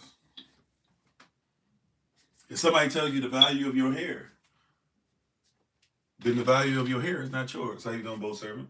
If somebody tells you the value of how you look, then you don't have your own value. If somebody else tells you the value of your skin, they'll tell you that your skin is not to be valued. Meanwhile, they will sell your value, your melanin on the black market. You see what I'm saying? We have an issue that's going on here that's deeper than just, these scriptures just say da. No. We have to guard these things and guard the value that Yah has given. You think you are poor, but thou art rich. So what's your value? If you look at yourself and you look in the mirror and you say poverty, but the Most High says, I look at you and I say rich. You think poverty, he says rich. You think poverty, he says rich. Well, then whose prism have we been looking through? If the Bible is revolutionary, then why are we upset when others would say that we're revolting? Because every time we live by it, we technically are revolting against the system. And if we revolt enough, the system goes away. If we revolt enough, the system goes away. If we flee the very appearance of evil, well, I got to do this because I got to make this. No, hey, that's evil. You don't got to do nothing.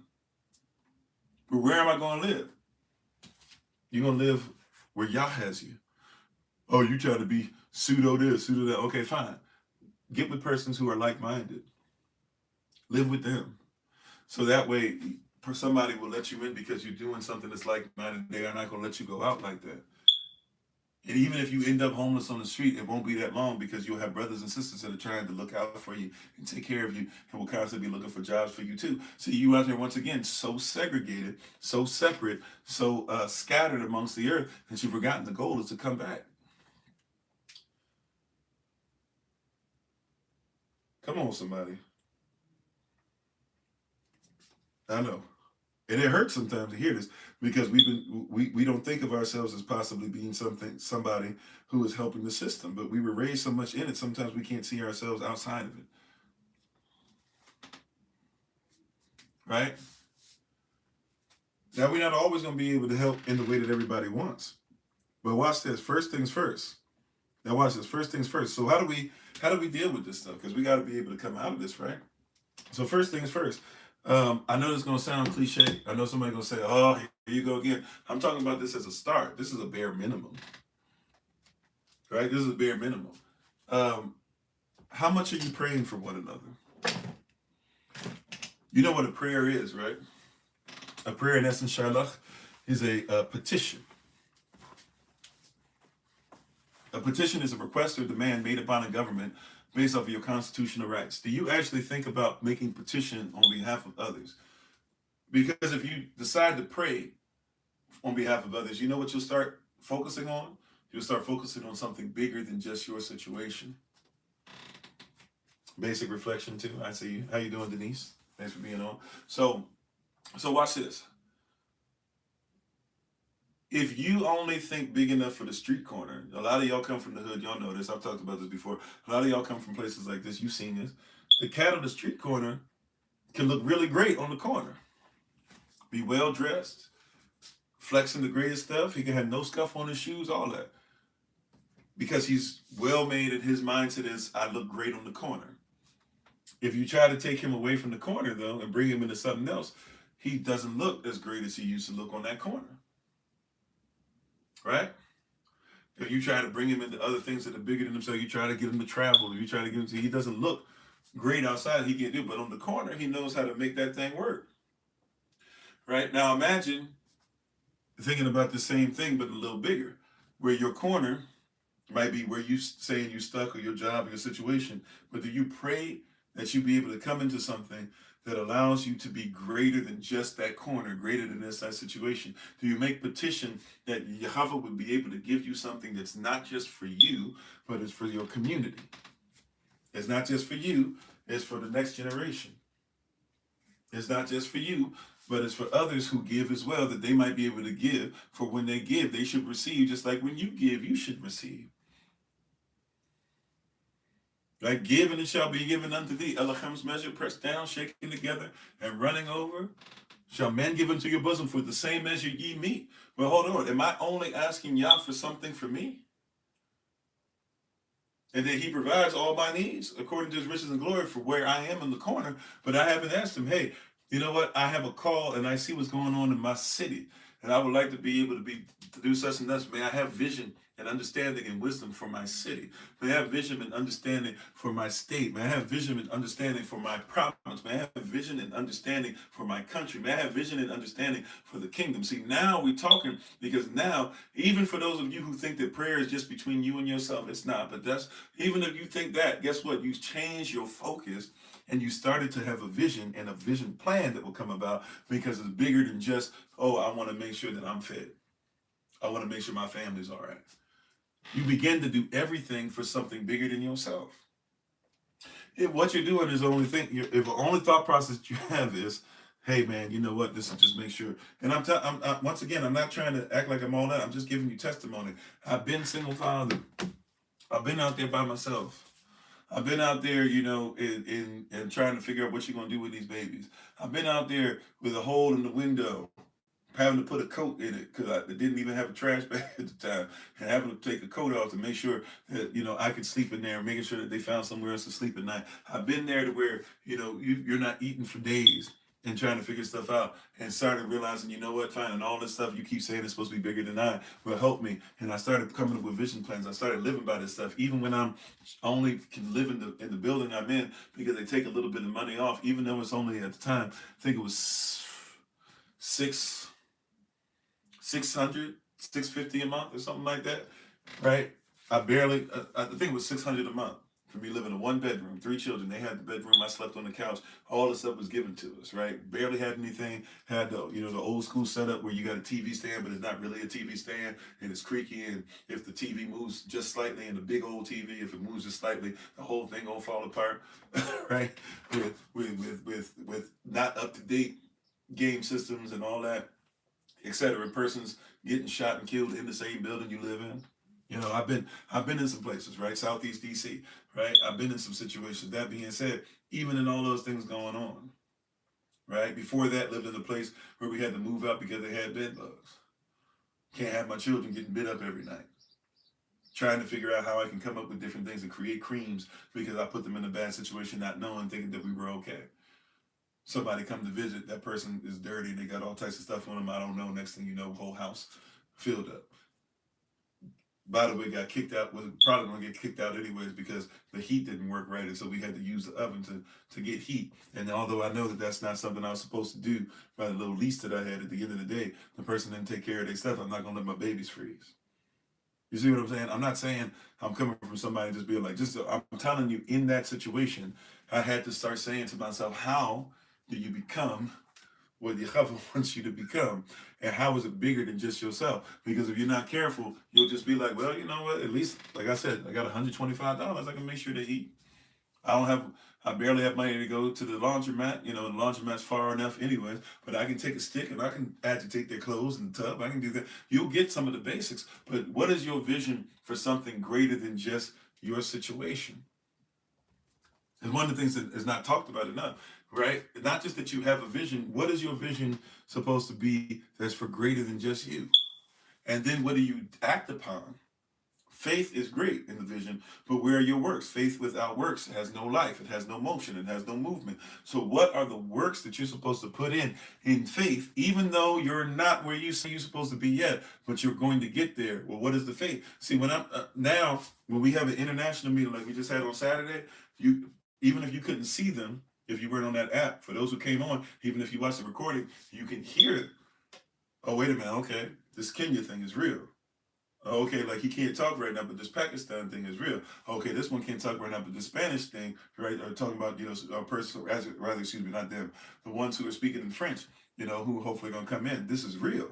Oh, wait a minute, we're gonna be going down to visit persons who we partnered with in North Carolina, and then we're gonna go and partner with them again after we do Pentecost up in Detroit later this year. Oh, it's real. You see what I'm saying? And even putting yourself out there, there are so many times where I said I was going to go somewhere and nobody would show up. There's so many times that I had services. I might have a service. It'd be wild. Sometimes you have a service with 20, 30 persons show up. Next service, only you and the Most High shows up, and you still preach and you still record it and you still make sure that you're in the Word and you preach it just as fervently.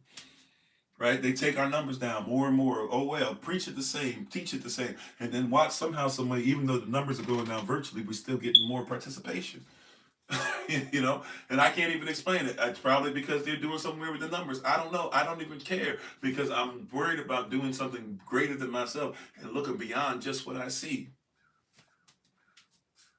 Right? So my value doesn't come from the numbers that I have because I know the value is something greater than what I saw a long time ago. And if I haven't gotten even close, as much as we're doing now, we're still not close. We're getting closer, but we're still not close to the vision that I saw and the vision that I wrote down. I don't share with anybody. I shared it with my wife, but she knows there's a certain number of persons. I'm not talking about just views. I'm talking about certain persons of numbers that we're supposed to reach, a person we're supposed to reach on a regular basis. And we're not even close. So we still have stuff to go. So I don't treat it as this, that, or whatever. So when I say this stuff is coming and persons don't even see it, I'm talking to persons behind the scenes. And we had, also the persons who were over helping us from Rwanda and stuff on as well. When we had these persons on, we're talking about it, and a lot of persons are like, "Oh, okay, yes, or you just talk." No, no, no. We've been talking about it because not only has it been happening, and maybe you didn't know it yet, but also too, we were talking about it because this is where we're headed. I'm not speaking about stuff just today. When I say certain things, what we're talking about doing, yeah, this might be 2, 3, 4, 5, 6, 10, 20, 30 years out, but that's what I'm living in right now because my Yahweh is an eternal Elohim. And therefore, he doesn't just tell me something just so I can go ahead and have it today. He gives me the manna, what I need for today, but it does not mean that he doesn't take care of tomorrow, right? Matter of fact, before we get to that prayer, and before we get to the prayer, actually, I might be wrong. Is it Matthew 6? It's Matthew 6, 33 and 34, right? Seek ye first the kingdom.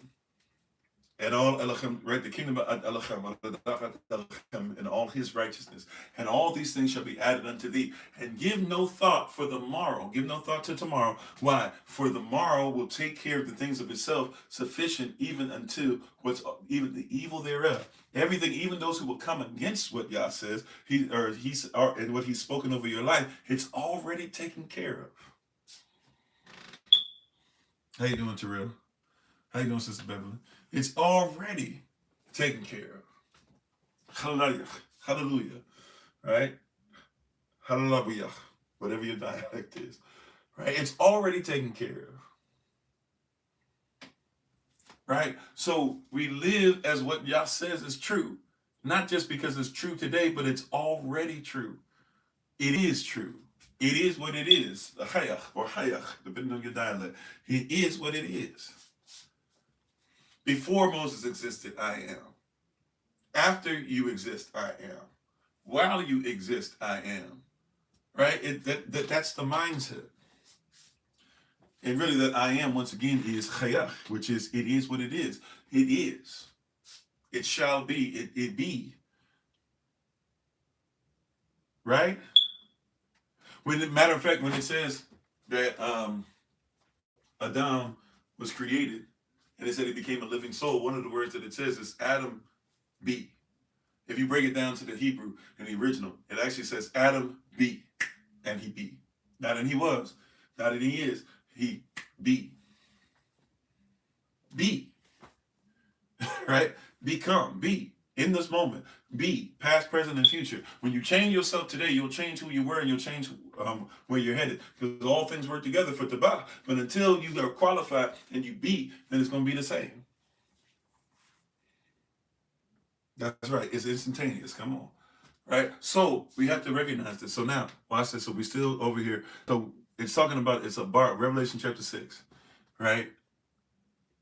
I heard a voice in the midst of the four beasts. So I heard Yehoshua say, I heard the Most High say, a measure of wheat for a penny, and 3 measures of barley for a penny. And then watch this next part. It says, and see, watch this, don't miss this. It says, and see, and see thou hurt not the oil and the wine. Oh my greatness. All right, so it says a daily wage. 2 daily wages, if you want to get wheat and barley, are required. And then it says on top of that, make sure you hurt not the oil or the wine. That you hurt not what? The oil nor the wine. So make sure that you see these things, but also make sure that in all these things that are being given out, we don't hurt the oil, nor do we hurt the wine. Make sure we do not hurt the oil. Make sure we do not hurt the wine. Once again, what?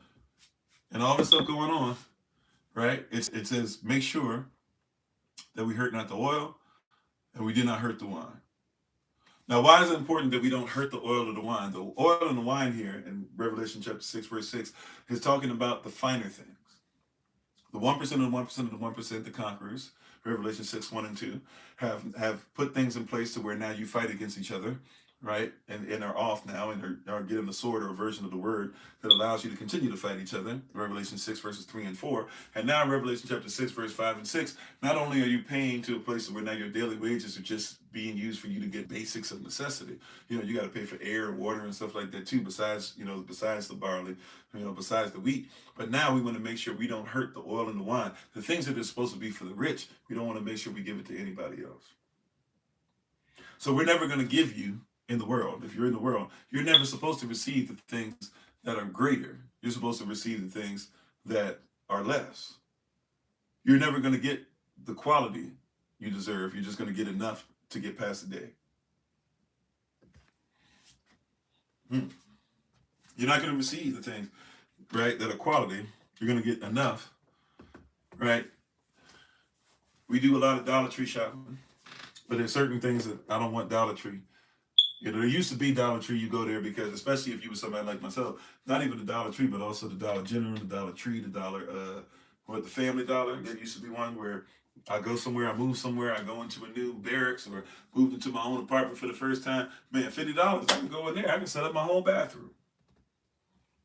Right? But the quality wasn't the same. Back then it was better quality, but the quality wasn't the same as what you might get somewhere else. If you go somewhere else and you actually save up and blah, blah. But, hey, at least I can get something and it'll take care of my whole setup. But if you want the best of the best, you're supposed to outprice. And by the way, the best of the best doesn't always, if we just keep it above, the best of the best doesn't always mean it's better quality. It just means that you can't afford it. Right? The best of the best doesn't always mean better quality. It just means you can't afford it. And the way we're designed, because we have kingdom in us, they know that we will try our best to, even if it's something that messes with us and will cause us to go down, it will cause us to have less. They know that we will try our best to buy it just because of the name on it. Now, I'm not saying that some of these things aren't better quality, but I'm being honest. Stuff nowadays, they're not worried about quality. They just putting stuff out. And if they know if they put a name on it, you'll go ahead and get it. And matter of fact, persons who can afford those things usually are persons that aren't going to wear it but once, twice, maybe three times at the most. That's why you guys make fun of persons such as myself, right? Like, if the shoe fits wear it, it doesn't take it off. I'm not saying all of you, right? But I'm just saying a lot of persons, a lot of persons will make fun of somebody like myself because I'll wear a T-shirt and the T-shirt, begins to crumble up and stuff at the top. I don't care if it crumbled up or whatever at the top. That's a problem for y'all, not for me. But they'll be like, "Oh, why are you still wearing that T-shirt? That T-shirt's starting to crumble up, man. Shoot, I got T-shirts way worse than this.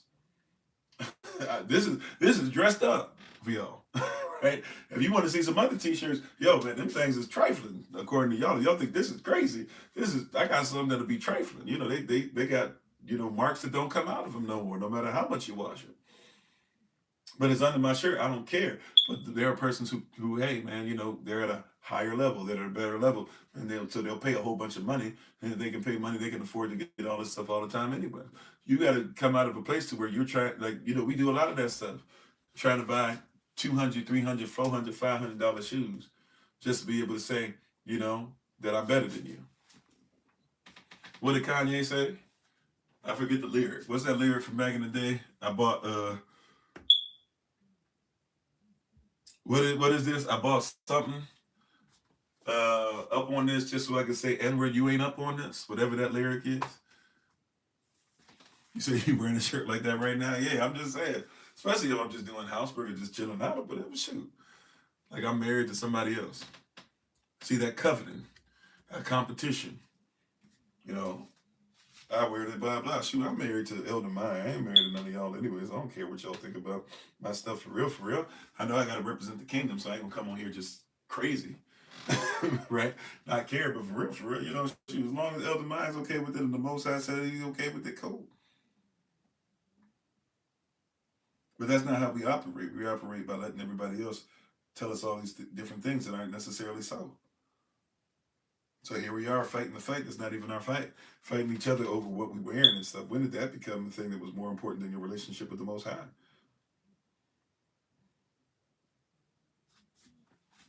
Right? When did that become more important than our relationship with the Most High? It never did. Somebody told you it did, though. Until here you are fighting for something that's not even valuable. Fighting for something that's not even valuable. Right? I refuse. Right? No matter how much, if y'all were to Barak me, and I live different anyway, so I'm a Levite. But if he were to Barak me and give me some stuff, and we were to have a whole bunch of stuff, I refuse to ever be in a position to where I don't recognize that money is not even real. It's used to get real things. And if I get real things, the real things are the things that will provide for families for generations to come. If my legacy is attached to anything, let it be attached to the fact that when if it gets to a place where it's really difficult to find real food, somebody can come to something that I helped to create with the help, through Yah, and with the help of a community. That person can continue to eat. That's real. Right. If anything, let me get, if I'm attached to anything, let me be attached to something where persons can get education, whether it be by video, or whether it be via book, or whether it be coming in person or whatever, or calling somebody, or having somebody to talk to, or be in a community. Like, let that be my legacy. I don't care if somebody says, oh, he died and he had $1 in his pocket. Now, Elder Maya and them need to be able to be taken care of. Elder Maya and them need to be making sure, but as far as they go, like, oh, and all that, all he did was his family was taken care of, and his grandchildren were taken care of, but he ain't really had nothing, and he wasn't no millionaire, and blah blah. So be it. I don't care. That's not what this is about. That's not even real. Because how many millions can you say? See, the M's count different when baby divides the pie. How many M's you gonna be able to take with you when you die? How many U-Hauls have hearse attached to them? And all the celebration that you be having. And look, prayerfully it'll be a celebration. Even, some folk might be sad when I pass, whatever. But, depending on what's decided to be done with me and all that stuff after I pass away, my wife will be in charge of all that. I'll let all that, play when it plays. That being said, like, even if everybody's out there and partying and having a great time and focusing and worshiping and praising Yah and all that stuff or whatever, that's great and everything. At the end of the day, I'm not going to be paying attention to it. No shade. The funeral is never for the person. It's for you. I'm not going to be able to pay attention. I'm going to be asleep, waiting to be resurrected. That's where I'm going to be. No shade. I'm not trying to say you shouldn't do funerals. Do funerals. You're supposed to bury the body. Take care of all that stuff. And I'm not going into what type of stuff. I'm just saying you're supposed to do the funeral, right? Grieve, do all this stuff. What I'm saying is that ain't for me. I'm trying to make sure that those who need this stuff now, none of this stuff belongs to me. Right? None of this stuff belongs to me. That's why we got to stop fighting ultimately, because we fighting stuff acting like this stuff belongs. None of this stuff belongs to me. None. Not any of it. None of it. Not for me. It's not for me. None of this stuff. This shirt don't belong to me. Right? This house doesn't belong to me. The car don't belong to me. The weather doesn't belong to me. My hair doesn't belong. At the end of the day, none of this stuff is mine. It's a representation of the one who I belong to. You said you tell them that all the time. I'm not gonna be. Yeah. When I pass away, I'm okay with that, and it actually has helped me. The one person who I went into really extreme depression when I lost him was my mother, and the reason I was in depression for a couple of years was because I didn't really comprehend that she wasn't even there anymore.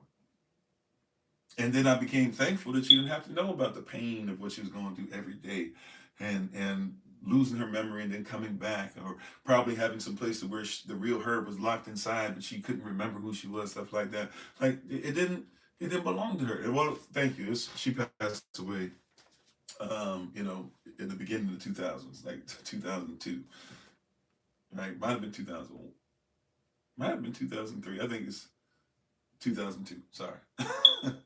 Right? But I'm just saying that to say, like, yeah, when I realized, wait a minute, she wasn't even there. But the things she's instilled in me, they live through me. She don't have to live through me. But the things she gave, the things she instilled, the way that she inspired, the things that she taught me how to study. She was the one that wrote my sermons in the beginning. She was the one that would clap. She was the one that taught me how to do bullet points. She was the one that said, okay, son, now you're ready. Go off the top of the dome.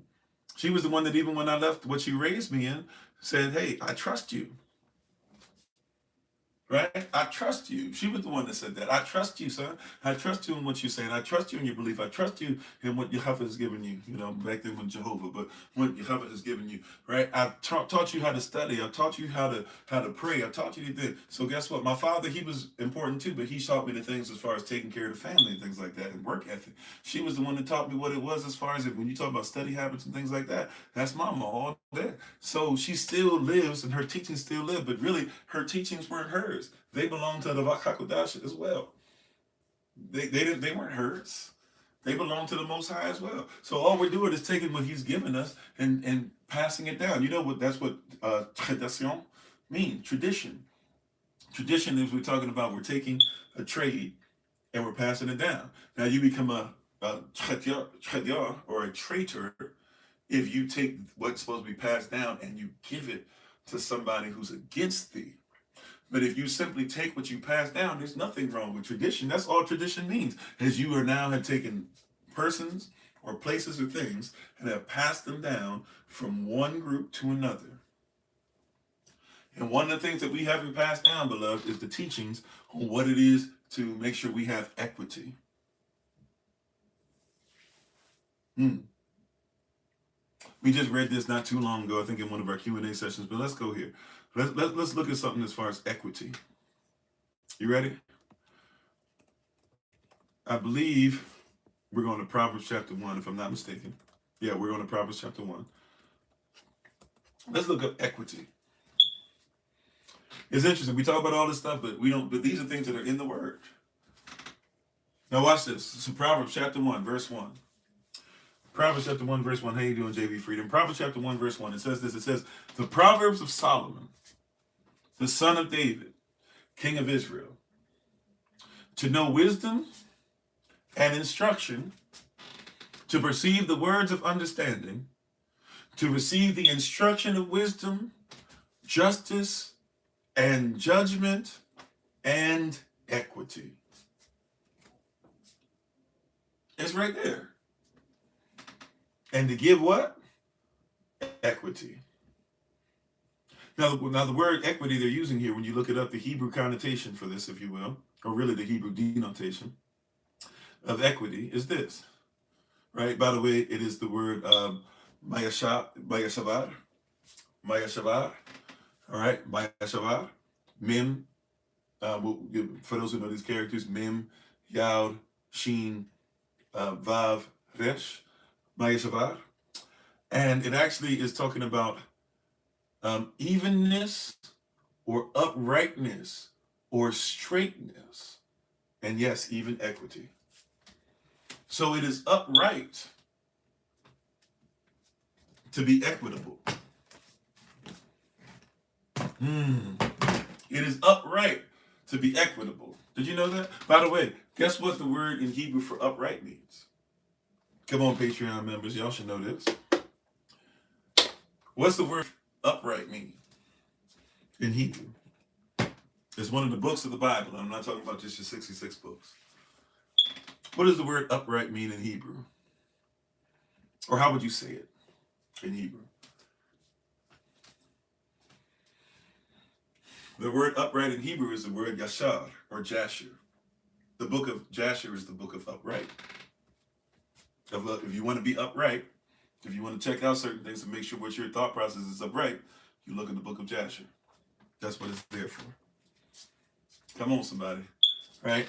So Jasher is basically a book of equity. It's equitable to know who you are and to know how to live and to know who you're supposed to live with and to know what you're supposed to give, how you're supposed to give, when you're supposed to give, what to receive. Matter of fact, watch this. Many of us want to receive, but have you ever thought about the fact that many of us would like to receive, but do not even know how to receive?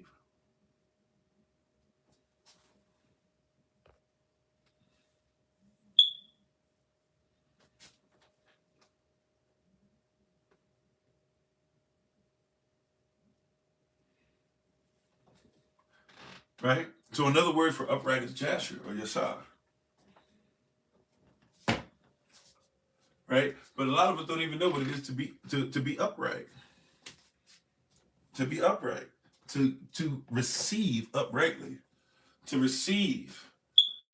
How are you going to produce equity and you don't know how to receive? It is better to give than it is to receive. However, when you receive, do you know how to receive in a manner that can make sure what you receive is multiplied, that it can therefore be given again, and you can be received even more? Have you learned how to be able to receive something one way and be able to give it out several ways, so that when you give it out several ways, you'll receive it 70 ways, and then when you receive it 70 ways, you make sure it's multiplied to give it out 7,000 ways.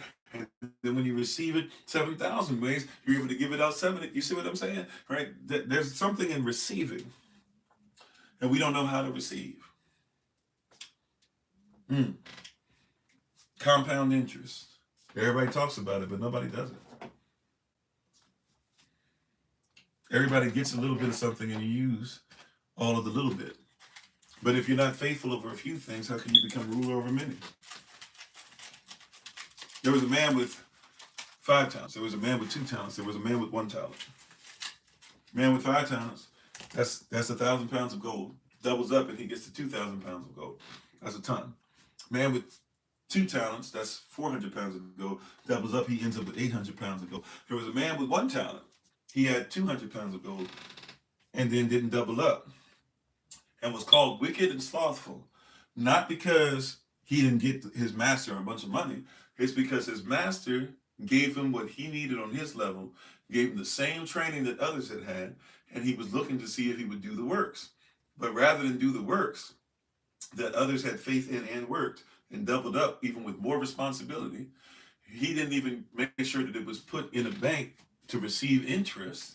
He made it the point to just hide it, to store it in the ground, and hope that nobody would steal it. And therefore, he probably had to keep checking on it, because thieves back in the day, they weren't lazy. They would even dig up under your home and stuff. That's why it says that your treasures that are dug, the treasures that are dug underground, all they do is they rust and they get moths and things like that. Because a lot of persons would dig their stuff underground, hoping that thieves wouldn't come for it, and then they had to watch underground all the time. We have this talent, we have this gift, we have this thing we're supposed to sow, but we don't know how to receive it, so that when we receive it, we can give it. Give it is better to give than it is to receive. But if you receive something, then your thought process would be, how can I increase what I give? See, not if I receive something, I should just give it out. But if I receive something in order to give it, is it possible for me to take what I'm receiving and it to grow 30, 60, and 100 fold when it's given out? Is it possible for the seed, the word even, to be deposited into the ground, into the heart, that it might be able to grow into a tree that's planted that grows 30, 60, 100, really in that case for generations, thousands fold? Is it possible that I can be a single seed or receive a single seed and have it sown into the right passion, the right love, right love, the right passion, the right heart? And when it's in my heart, sown in the proper place, now all of a sudden I'd be able to multiply it.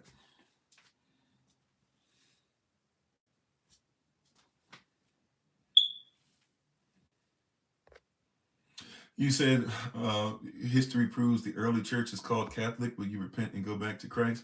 No, because history doesn't. Well, his story might say that, the story that you like of him, but the real story, the story, doesn't say that at all. Matter of fact, before there was such thing as the church, which is cirque, which means circus, the first, the word came before any of that, right? And followers of the way, who were Israelites, who were those who were grafted into being Israel, who are still supposed to make sure that they're given credit in Revelation chapter 7 and Revelation, right? That we make sure that we're doing what we're supposed to do, separate from the world in Revelation chapter 12, make sure that we are the woman who has the stars upon her head, who gives birth to Christ. Christ comes out of us, that we remain separate using the word, the clay. Yeah, see, these are things that persons come against. But see, you will take something and you'll try to deny who it is. We just talked about persons like this in early rounds of Bible study session, where you have a form of Elohim, but deny the power thereof. From such we should turn away. Right? From such we should turn away. See, so persons come in here with some weird stuff, but that's what I'm saying. We have to know, because if we can't produce, if we can't say, who shall believe our report, if we can't even produce a report, right, how do we become equitable? We just consume garbage.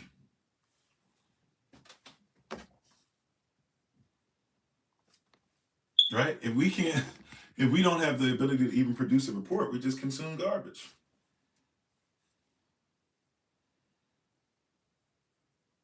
And that's what we've been doing a lot, unfortunately. For a long time, is consuming garbage to the point to where we've actually begun to believe this garbage. Right? Our inheritance is the inheritance that allows us to curse persons who spew such disgusting garbage around and tell us that we're supposed to try and live by it.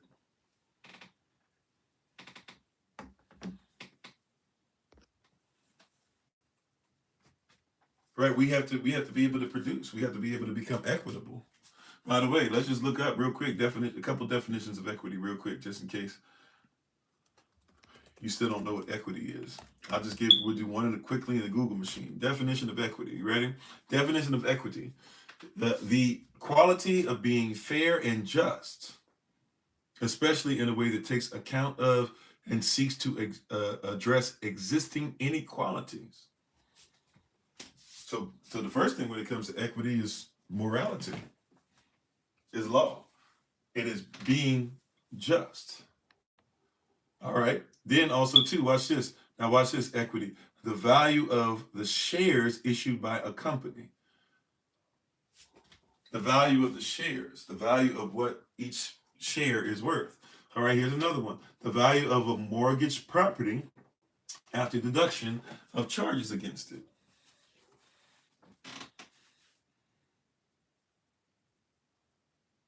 Right, there's also something known as an equity card. I think that's mostly in the UK though.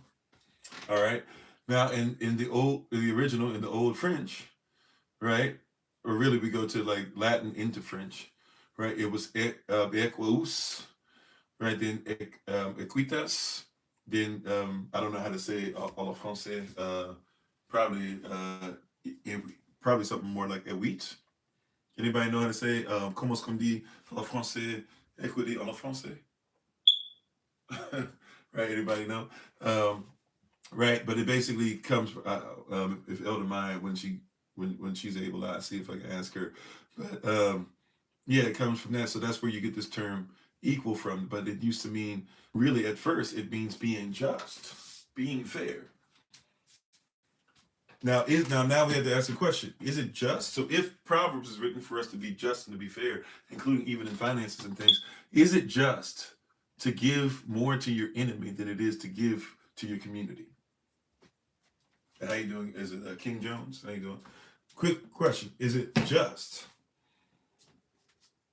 Is it just? I'm not talking black, white. I'm talking about nationality. I'm talking about nation. I'm talking about kingdom of heaven. I'm talking about Israel. Is it just that we could probably, if somebody were to track and trace our spending habits, would we say that they're just? Right?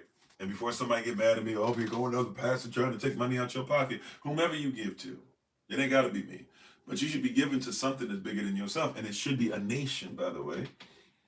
Is it just to use your talent, effort, energy, finances, yes, even money, donations, what you do behind the scenes, all this stuff? Is it just that somebody gets way more in the world of who Yahweh has created you to be than the Most High and His people? Is that equitable? Right? Just by the worldly definition. Is that equitable? Is that something that is going to be able to ensure that your nation, that your people, that who you believe in, that what you believe, that what you're believing Yah for will be able to be funded? No, yeah, no. It's not blaming. I'm trying to tell you, we don't think about these things properly. Once again, because conquerors have come and have put things in place, and we fight against each other so much, we do not even think about the fact that, wait a minute, have I invested more in Walmart than I have my own people? Have I invested more in Costco than I have my own people? Have I invested more in K&G than I have my own people? Have I invested more in McDonald's than I have my own? Come on. Have I invested more in Brooks Brothers, who literally see this is when it starts getting serious. Brooks Brothers made more money at one time off of the clothes they made for slaves. So you wouldn't think about that now, because they don't even want to sell to black folk. But the reason they don't want to sell to black folk is because the Brooks Brothers come from time and place during chattel slavery to where they literally used to make sure that they made a bunch of money off of making the clothes that slaves would wear. They did make clothes that were supposed to be high end, but they made most of their money at one point off of the clothes for slaves, not just in the United States, but clothes for slaves. How much have we invested in 7-Eleven? How much, if you really want to go somewhere, how much have I invested in the years? It's been a long time. I can't even drink it anymore. But how much did I used to invest in Arizona iced tea? I know it's only $1 a month, but I used to get quite a bit of them cans. And we would look at somebody and say, but I can't afford to give. Drink 4 or 5 of them huge cans. And then talk about, yeah, but I can't afford to give. Right? How much have some of us invested in Jordans? In Nike, which is literally talking about that Hermes spirit, that gladiatorial spirit that we talked about earlier at the Assembly of Sardis in the series in Revelation chapter 3, verses 1 through 6. How you doing, Section? Right? We can't. This is not equity. This is not equitable. It's not. Look, it's not righteous. It's not fair. You're not going to grow if everything that you have goes towards everything else except what you say is important. It's a weird place. You say you're supposed to start a business and make food. Meanwhile, you don't take an hour a day to make sure that you practice it, or that you make food, or that you even make some food and give it to persons that they might taste it every once in a while, so that they can taste and see what Yahweh is doing in your life. And maybe even if it's only 1 or 2 faithful customers, at least start with 1 or 2. Don't just be like, well, it's only 1 or 2. It's 1 or 2. Take an hour to make it.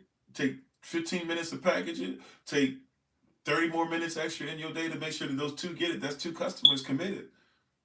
And it might take a while. I'm the guy. Look, man, I hate to. I'm just giving testimony, right? It's by our testimony that some might be able to be saved, that they might be able to learn about the truth. Look, I'm the guy that was preaching long, talking about 3, 4, 5 hours straight, and sometimes have 2 persons come on the live session on YouTube all together on the old YouTube channel.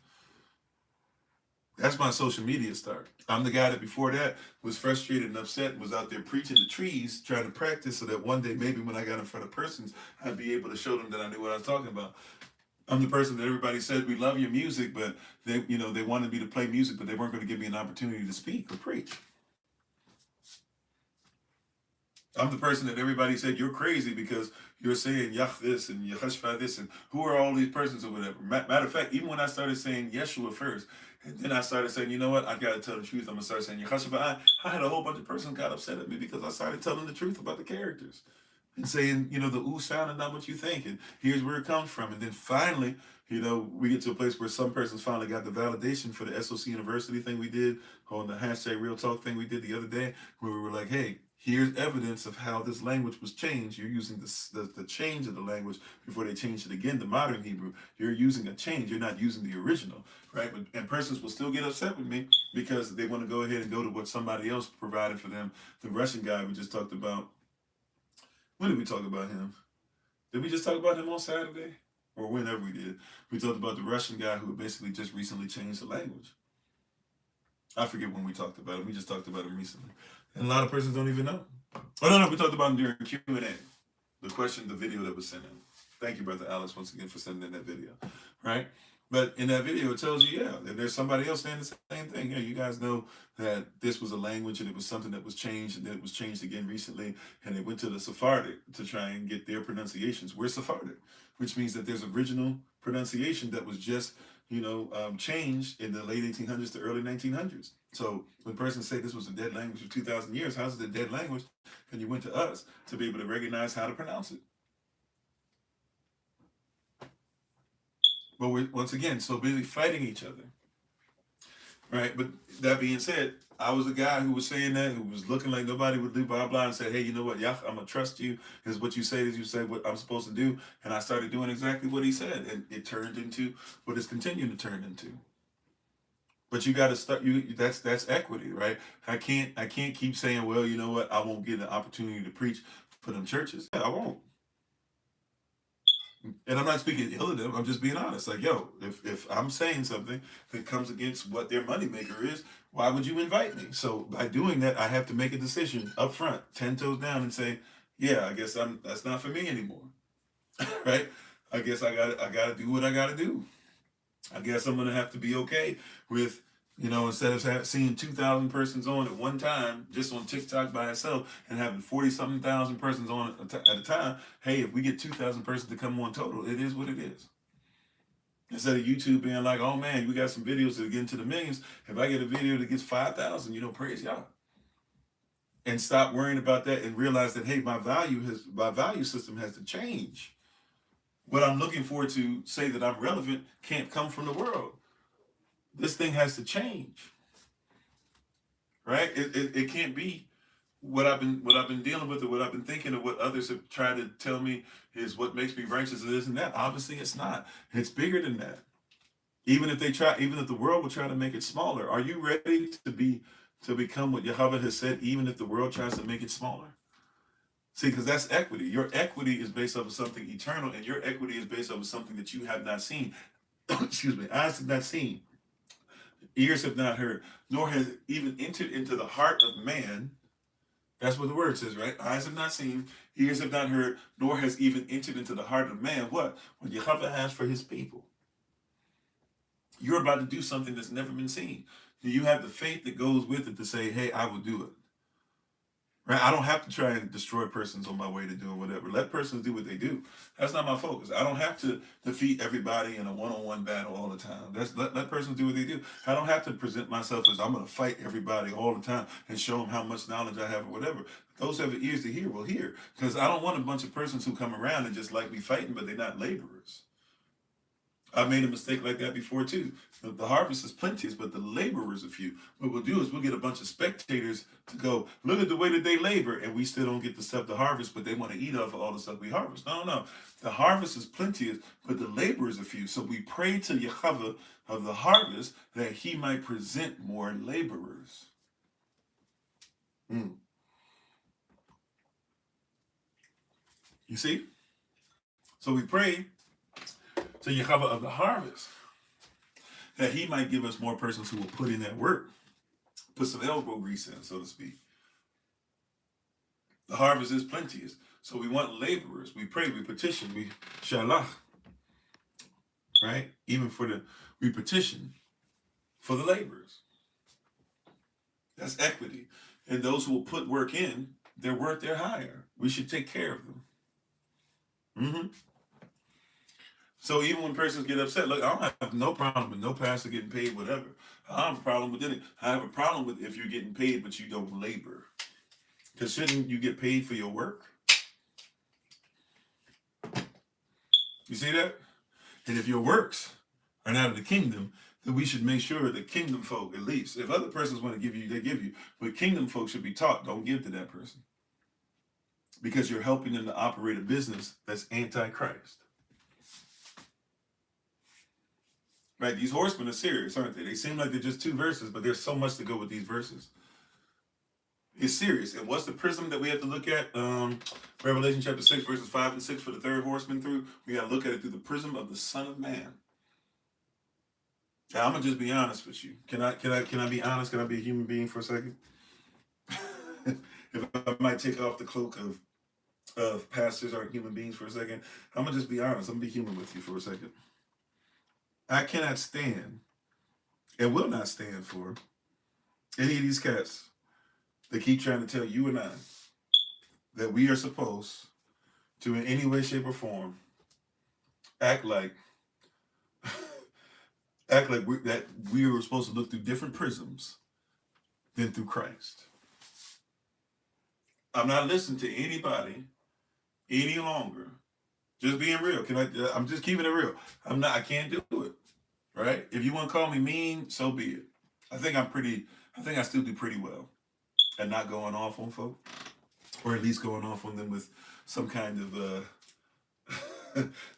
of showing that I have some kind of of resolve, I guess. But I'm just being honest. I'm not listening to anybody who cannot recognize, right? Bada Adam as well. I'm on, right? To anybody who keeps trying to tell me that I need to go outside of what the Most High says and what Yehashua says, so that I might be able to recognize what Yehashua says. It doesn't make sense. It's cognitive dissonance. The prism we're going to get this through is not going to be through any other prism than the way, the truth, and the life. Because it is his revelation.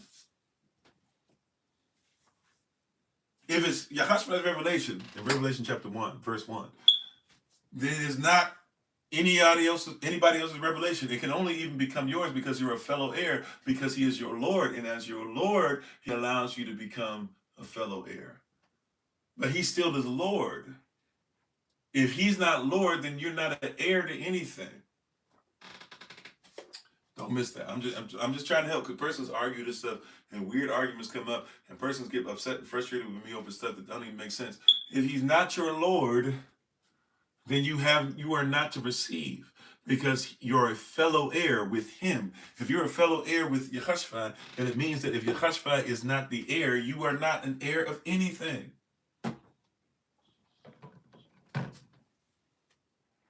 That's right, the way, the truth, and the life of everything, right? Here, can I say it one more again, Bilal? I'm just being honest, right? It doesn't make sense, and I don't think you guys hear yourselves or even recognize what you're doing when you try to do this weird stuff where you're like, oh no, we should do da, and it's through Christ consciousness, or it's through this one, or this person's actually meaning, or this is the correction, or da. Look, Christ is correct. I'm just being honest with you. And if you say, hey, well, then you're not open-minded. No, I'm able to hear what you have to say. But yeah, there are doors that no man can open and doors that no man can shut, save Christ. Period. There are doors that no man can open and doors that no man can shut, save Christ. And if you're not him, then you can't open or shut it, because you only have a little strength. That's what the scripture says, Revelation. Revelation chapter 3, verse 7. He says, I am Amat. Right? He says, I am Amat. Hold on.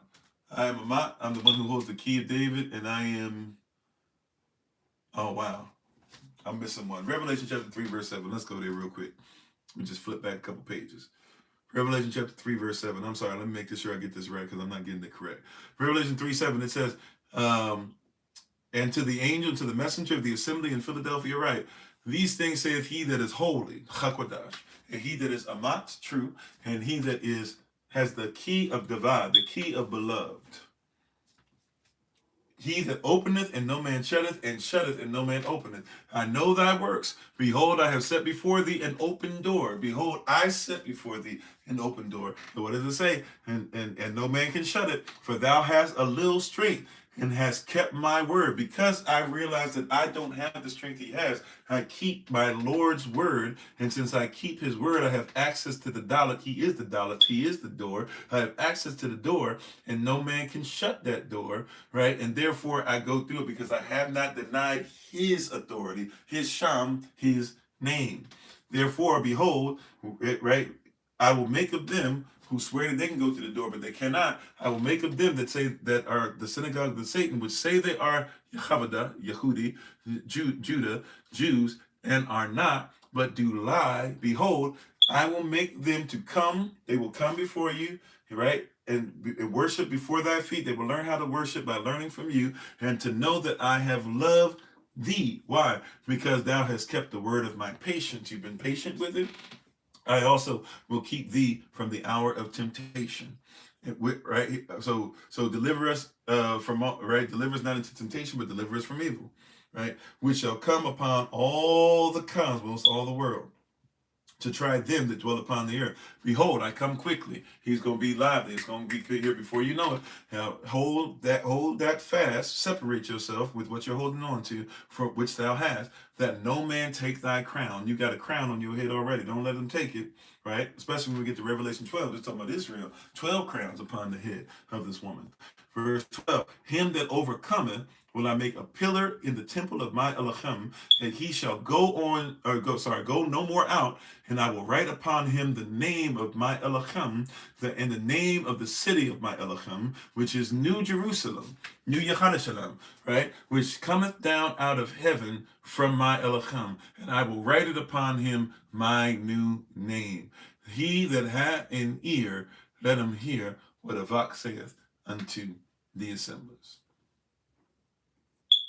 All that right there in scripture, right?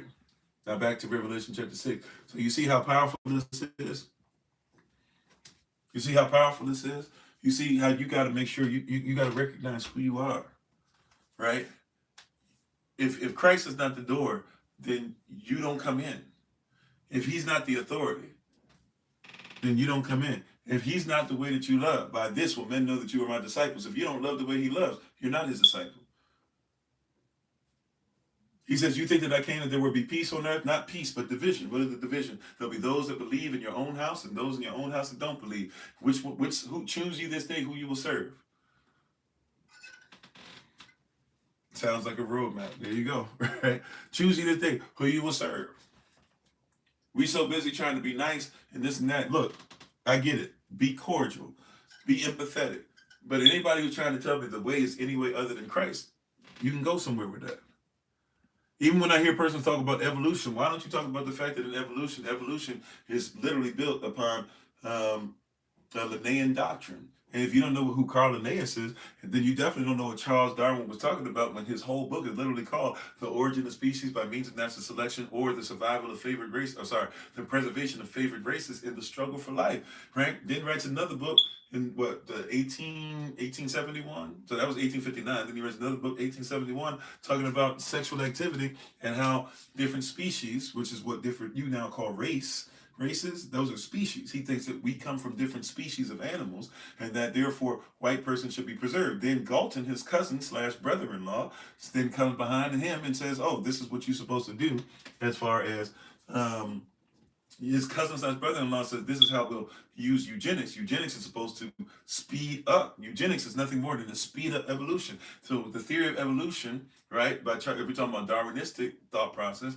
and Carl Linnaeus thought process and others before that, is supposed to say that at some point the so-called white man will be so separate from the so-called black man, it'll be like saying how separate the black man is from the so-called black man is from animals, from gorillas, even though they call you gorillas, right? So if the so-called black man, right, hear what I'm saying, is supposed to be that far away, or the Negro, even if you will, is supposed to be that far away from gorillas. They say that's how far were you supposed to be from the so-called white man. This is why Christ now can be, through iconoclasm, can be whitewashed. Why? Because the system that was created at that time is supposed to say white is that far away from black, like black being that far away from beast.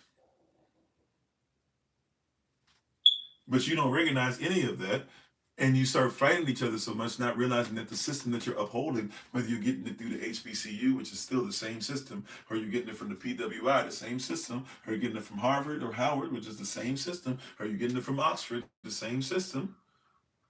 You're getting the same systemic viewpoint on this stuff systematically put in place to cause you to divide. The same system that caused us to divide so much as Native Americans, that we fought each other off while we were still trying to fight off the oppressor. The same thing that causes persons who were Irish and Scottish to fight each other so much that they get oppressed and now are both part of the UK. At least partially, Ireland is still part of the UK, right? You have the same system that has you fighting so much that you don't recognize that while you were so busy trying to say you're better because you're light skinned, dark skinned, so that, guess what? Haiti, Dominican Republic, Bahamas, all of y'all still the same system. The same system where the Hawaiians are defeat those of Oahu and to defeat those of Maui, et cetera, and defeat all those places or whatever, and at the same time, simultaneously, do not fight the one that's coming over that becomes a Dole plantation that defeats you, and then the Dole Corporation, and then they take you and sell you over to the United States. So busy not fighting, you're fighting each other, that you're not able to comprehend what's going on. This is the same system that causes you to not realize that anybody who's Negro and has Negroid features will be off, and you fight each other and try to offer each other up, and then don't realize that the person that had you waxing each other is the person that now you don't have any kind of power left. They're gonna go ahead and take you as well, and if they leave you, they're gonna leave you only because you're gonna serve them. It's the same system. These horsemen are doing the same thing. How you doing, Jalen? It's the same system. These horsemen are doing the same thing. They have not let up. The same system that has women talking about, yeah, Susan B. Anthony, Susan B. Anthony hated Harriet Tubman, only used her to make sure that some persons would show up eventually when they said, well, I guess they accept black people now, so I act like I'm okay with it. Same Susan B. Anthony that said, I'd rather get my right arm than help to make sure that I promote black persons being able to vote. Same Susan B. Anthony, who and her and her partners would have been the same ones who would not have wanted Sojourner Truth to come and to speak. That's why, even though they changed the speech, it wasn't originally called, even though I've read that version of it, but it's not originally called, Ain't I a Woman, right? They changed up the speech a little bit from what she originally said. That being said, though, they wouldn't let Sojourner Truth come and give that because you're so busy thinking, oh yeah, all women are together. No, some of these women are of the devil. I didn't say all. I said some of these women are of the devil. They're demonic. They're upset because they were slave owners too, and their husbands kept promising they would get a piece of the pie and never got it. And so now they want the piece that was missing. Why would they let somebody else come in for what they were supposed to get themselves? That's the mindset. But they have us so divided, right, that we don't even recognize that's what we're doing. We're playing off each other. Now it's kind of like we talked about yesterday. Now it's the FBA things happening. Now it's the FBA versus the Native American versus the Afrocentric versus the Moor versus the Negro versus Israel versus the Israelite versus blah blah versus this. And it's like, hey, at some point, will you recognize that none of this stuff is what we should be fighting? At some point, will you stop being Republican and Democrat long enough to realize that all you have become is just nothing more than gangs? Why is it that when I watch, if I watch if anything happens, and I turn on something to find out what's going on, I have to say to myself, okay, I'm going to watch this Republican thing because they got the news on it right now. They got the scope. But I got to recognize they're about to tell me something and they're about to say some really crazy stuff because it's very right wing. If I watch the Democratic side, I got to know, okay, they got the scoop on this. I'm going to learn from it, but they're going to be very left wing. And it's just going to be a game. If anything, see, we have to recognize they're doing this and they're raising the prices and they're still treating us the same way, and we're still losing money, we're still losing touch, we're still losing with each other, we're losing family environment, we're losing the mindset, we're losing what the word says. We don't care about the word, now we care about left or right. Red pill, blue pill, same thing, right? So if it's sparkle, sparkle, or sprinkle, sprinkle, is the same thing. For those of you who get the reference, right? It's amazing that persons on the left now preach and teach so many things of the Bible to show the Republicans how they don't know what the Bible says. Meanwhile, Democrats are the same persons that for the last, 10, 15, 20 years have been the person to tell you why the Bible is something that doesn't say anything, why we shouldn't listen to the Bible in the first place. And then Republicans do the same thing. They're going to preach and teach out the Bible. Meanwhile, they're the ones that basically have been talking about eugenics and evolution. At some point, we got to figure out that we're not even close. Like we're not even close. When I watch, that's why it has to be through the prism of the Son of Man. I can't go with the garbage anymore. If it's not through Yehoshaphat's prism, it's not righteous. Period. On period poo. Right? I won't say the ONG thing that they all be saying, but right. But that 10 toes down. If it's not Yehoshaphat's prism, it's not acceptable. That's what we stand for. That's what we rock with. That's what we stand on. So as you can see, these horses, once again, showing up in a time of war. These are war tactics. This is what I know you think about Adolf Hitler. That's what he used. Joseph Stalin. That's what he used. What's his name? Leopold. That's what he used. Leopold the first, the second, and the third. That's what the CIA uses. But yeah, guess what? That's what even Obama used. Oh no, he was inclusive, and he was no, he wasn't. Was Obama more? Was Obama was so inclusive? See, we don't say it. Divide and conquer. Obama came in and said, "Black folk, I'm not here to be your president." Obama came in and said, right? I know. The person said, no, "Where'd you get that from?" He was asked, what do you be what will you do as far as being, a president for black people and stuff? Will you do anything for black people? And his response was what? I'm not the black president of the United States. I'm not the white president of the United States. I'm running for the president of the United States. Everybody clapped, but nobody thought about it. He just basically said, I'm not going to do nothing for y'all. Right? Or, hey, what did he do for you to make sure that your children ate well? He put Michelle out there to dance. Right? Or at least, really, they were governed by other persons. But, they put Michelle out there to dance with Ellen because Ellen was supposed to be this righteous woman and stuff, too, because look who she was. Meanwhile, using the LGBTQ plus front, he was signing documentation to make sure that your children wouldn't know what they were eating and you wouldn't know what you were eating. Same system, right? I know we want to talk about when Trump got in office, blah, blah, blah. He expedited it, but let's not forget that there's been a 2% soft cap on inflation, or 2% capped on inflation, and now it's like a 6% soft cap or something like that on inflation. Or maybe it's a 2% soft cap, whatever. But it ends up being way more. So that was already put in place. You think that just happened when Trump got in office? You think it just happened when Bush was in office, or when Clinton was in office, or when Bush was in office, or when Reagan was in office? He was telling you guys, as much as you guys think of him as so left, he was telling you guys how he respected what Reagan did, Reaganomics. And he would talk about how Reaganomics were necessary. It's interesting, we always bring back Clinton because Clinton did call us super predators and things, but what did Obama do to make sure that he stopped the 3 strikes and you're out? It's interesting, we were holding Hillary Clinton's feet to the fire, as we should, but nobody was like, hey, you were in Mr. Black Man, if that's what we're doing. You didn't do anything about that either. And by the way, when was the last time you had been to Kenya? Went back over to Kenya, went on the African tour, and then told everybody that Africans needed to make sure that they were basically doing whatever America said, and was hoping that because he looked black, everybody in Africa would say, yeah, let's just do whatever he says.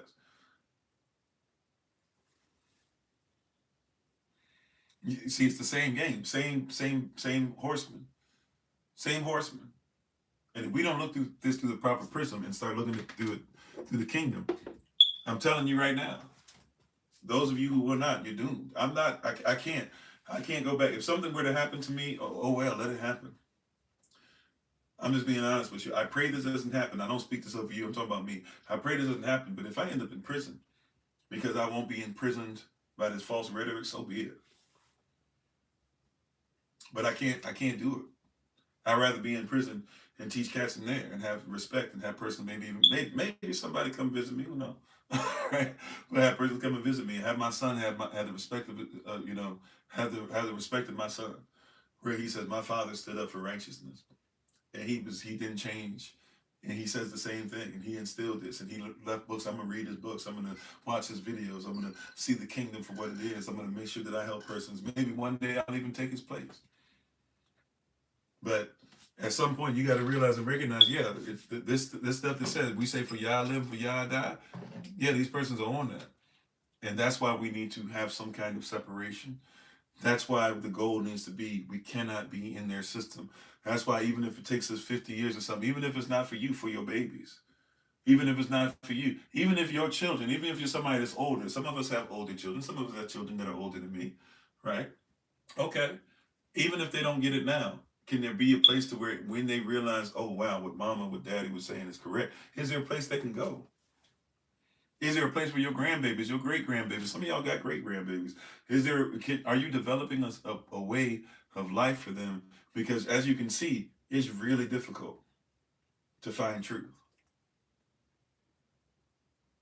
As you can see, it's really difficult to find truth. It's easy to find fighting. Persons will give you enough truth so that you can fight over it, but it's really easy. It's really hard to find even proper definitions of equity. Proverbs 1 talks about equity. We can't find, but nobody talks about it. All these preachers who preach Proverbs, why does nobody talk about, hey, equity, first of all, means just? Is our church spending justified? See, if we understood that our church spending wasn't justified in the first place and how we treat offerings, I didn't even know this until recently. See, I'm glad, personally, I don't know about everybody else, personally, I'm not talking smack about your place of worship. I'm just being honest. Personally, I am excited about what happened with Drewski recently. Not just because, I look at what's happened with church, yada, yada. No, no, no. I'm actually excited what happened with Drewski recently because if you're not aware, so much more stuff has now come out because now persons are going and doing research and verifying, where he got these ideas from. And so there's stuff coming up. I knew about a lot of it. I know about Kenneth Copeland. I know about Pastor Todd, or is it Pastor Kenneth Copeland? I believe. I'll give respect. Pastor Todd, Michael Todd. I know about Joyce Meyer. And Joyce Meyer actually preaches some pretty decent stuff, especially on the beginning level. She'll give you some pearls. I know about, is it Pastor Paula White? I don't know if she's bishop or pastor. I know about a lot of these names and persons that have been doing stuff for years. Pastor John Gray, who did give a limousine to his wife. And to be fair, I think persons are so busy talking about that they forget that he actually did enough for book sales and stuff even before he was senior pastor. Was he still a pastor? Yes. Was he still a man of the cloth? Yes. But that wasn't from what he does now. So to be fair, when persons use that against him, I think we got to do some more research on some of this stuff. Would somebody say that's really extravagant? Yes, I guess. And would somebody say, well, how could you do that and be that extravagant and yet there's persons around you? But I mean, he bought a Lamborghini for his wife. He had the money for it. It was his money. I'm just going to keep it a buck. That one, we kind of reaching on some of this, but we needed to fit whatever script we needed to, but at least it's opening eyes to some of this stuff. But there's certain things like I didn't know. I don't even know this pastor's name. I was watching this last night, knew about Creflo Dollar. Actually had been inside his church, I think once or twice. I know a lot of persons in my family had gone over there a few times. But I've been over there once or twice, and I've been to one of his, how they have churches that are, like, they have World Changers or Potter's House and all that stuff all over the world, and they'll link everything up time-wise to where you end up watching his sermon, but they'll have different praise and worship and all that, but everybody at the same time, so that when he starts preaching, they'll bring down the screen, even if he's not there with you. So, there's nothing wrong with that. In a sense, we kind of do the same thing here, right? Where everybody can watch at different platforms and watch it later on. But there was a pastor, I don't know his name. Forgive me for using this description. He's, black, Negroid features, if you will, black person. And I didn't even know, like, I can't say I've never heard of anything like this, but I didn't know, for example, that persons were doing stuff like this, where there was a pastor to get ready to close and everything, and he says, hey, we're getting ready to do tithes and offering. We're getting ready to do all these different things. And then he says, you know what? He says, how many of you wish you could give a tithe or could give an offering, but you don't have anything? I'm not sure who it is, to be honest. I don't know his name. But he says, how many of you wish that you could give a tithe and an offering?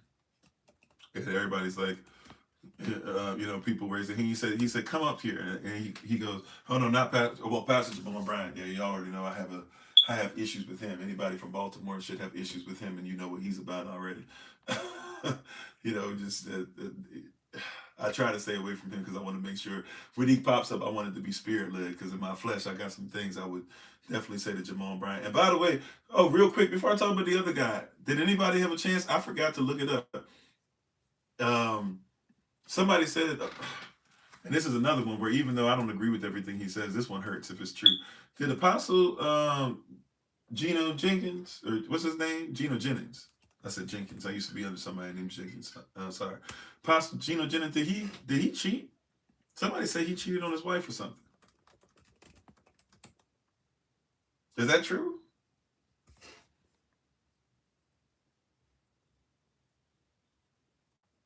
Okay. Here it looks like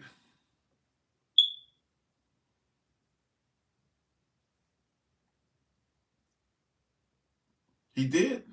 So here it looks like it says that there's confusion. I'm trying to look at a whole bunch of different stuff at the same time. Forgive me. It says here that there's no credible evidence or verified report. It looks like there's some confusion with a reality TV show from 90 Day Fiance where the character named Gino accused his wife Jasmine of cheating. Yeah, I don't know about that. It says the teachings of biblical marriage, adultery, and divorce. Public unverified gossip, unrelated 2025 incident involving a different person with the same name regarding legal charges, which were later dismissed anyways. Okay, I don't know. I have to look it up. I don't want to do a whole YouTube search here while we're doing the live session. But I'm hoping and praying that's not correct.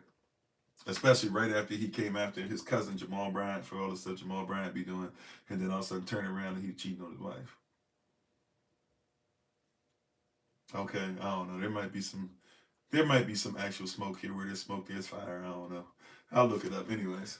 I hope that that's not the case, man.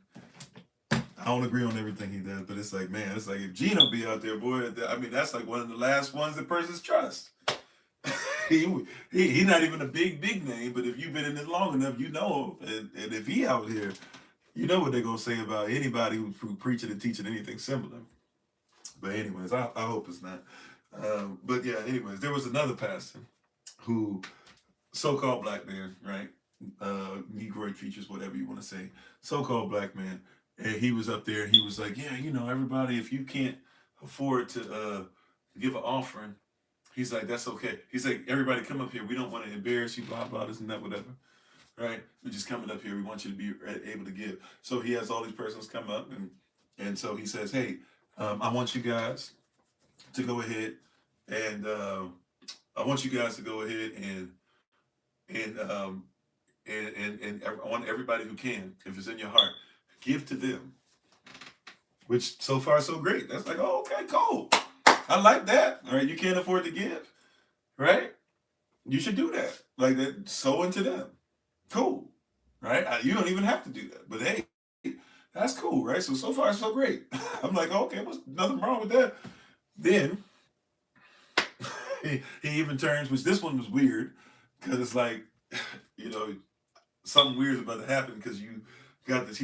He says, hey, go in my office. He talks to one of the ministerial staff or somebody. He says, go back there in my office, and on my desk there's a wad of cash. That's a power move, right? I can have all this money and nobody will touch it. And also, a wad of cash, I got it like that. But whatever. Still, it's okay. He says, go back there, there's a wad of cash. He says, now give some of that to the people too. Oh, wow. Okay. So even if I don't necessarily like the look of that, so far so great, right? You said, well, this is the part where it gets crazy. Then he says, accurate. So we know what time it is, right? Look at how he does this. He says, okay. He says, see? And he says, count. He says, he said, what'd you get? Somebody's like, I got a check for 2,000. Somebody else like, I got a check for 2,000. I got this. I got that. He's like, yeah, that's awesome. So he said, nah, I don't want to put any pressure on you. I said, oh my greatness. I was like, doggone it. I was like, this man, we were this close. How you doing, Sister Lauren? We were this close. Boy. I was like, man, we was we was this close. My man says, all right, I don't want to put any pressure on you. I said, dang, man, I've never even seen. I was like, this is about to get diabolical right here. He says, I don't want to put any pressure on you. He says, but he says, now that you've been given something, you have something to give. So not put any pressure. Go back to where you are when it's time to give. It's time to give. And everybody said, and persons are trying to clap, but you can tell that a lot of persons are like, wait a minute, he just got us, and other persons are going back because also too, not they're going to take an offering now after it looked like what they were doing was let's take care of the persons who don't have. Now they're going to take an offering, but what they're going to do is the persons who've given, well, you didn't tithe, you didn't give an offering, you just gave something to them, right? So now you feel pressured to give more than what you would have given. So the person who gives 2,000, who could afford to give 2,000, if your tithe is 2,000, you got to give 4,000 today, and an offering. And let's hope that he doesn't say there needs to be a $5,000 line. And I'm just watching this like, oh my goodness. But see, if that video didn't come out, I don't know if it was Yah's will, but he works out all things together for Daba. I'm grateful that video came out by Drewski, not just because, oh yeah, we get to make fun of persons. No, like now there's a lot of persons digging and doing some research. And if you was out here taking, somebody gonna come out. Somebody gonna bring that thing out. If you was out here doing this stuff, somebody gonna bring that stuff out. It is what it is. If you out here, you messing around and you taking money and you've been doing it, yeah, somebody gonna search your pockets.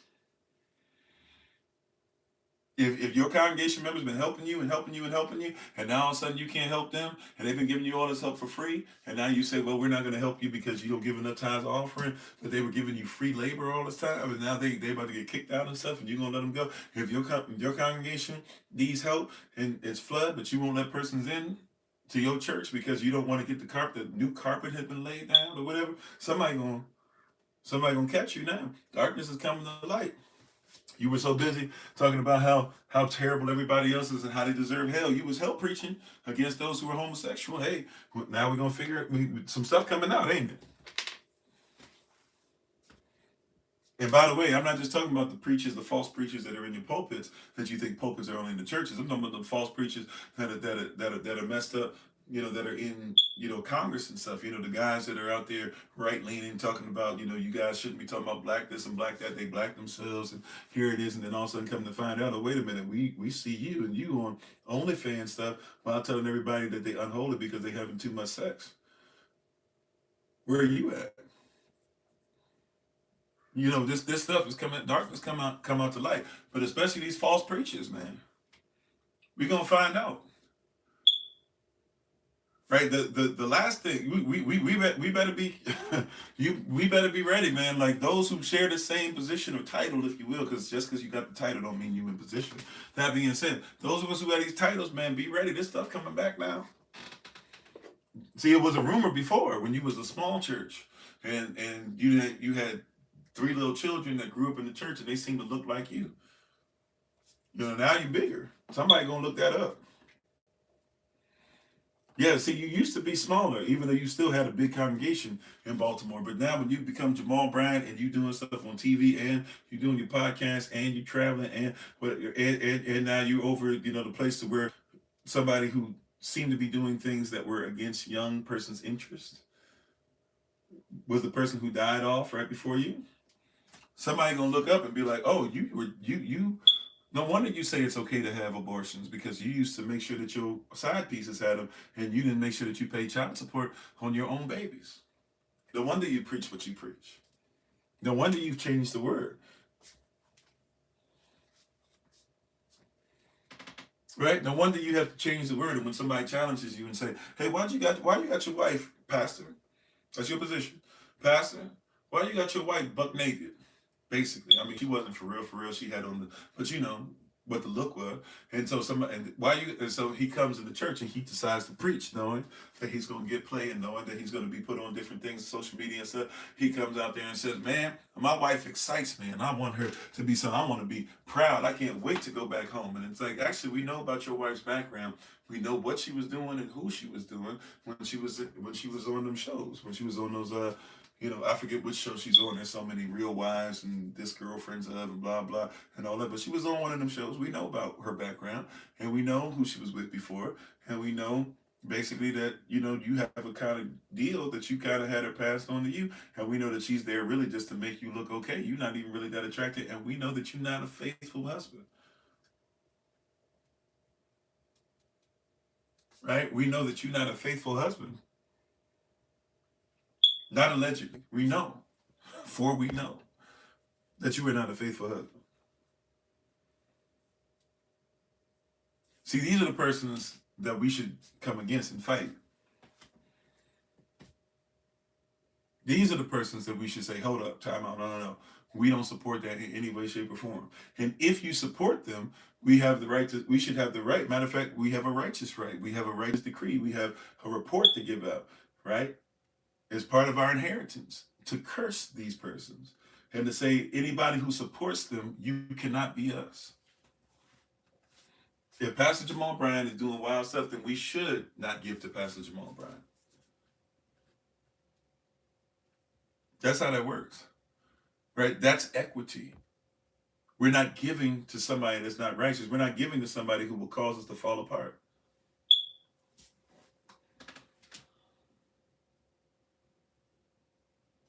Yeah, they be waiting for us to mess up for sure, right? But he's not. We got to recognize. You hear what I'm saying? You got to recognize that this thing is getting us to fight against each other, and because of that, now they're charging you. And watch this last part. They're charging you even for the word. Right? Look, I believe in tithes and offering. SOC believes in tithes and offering. We're going to have our next grafting session coming up in the month of March.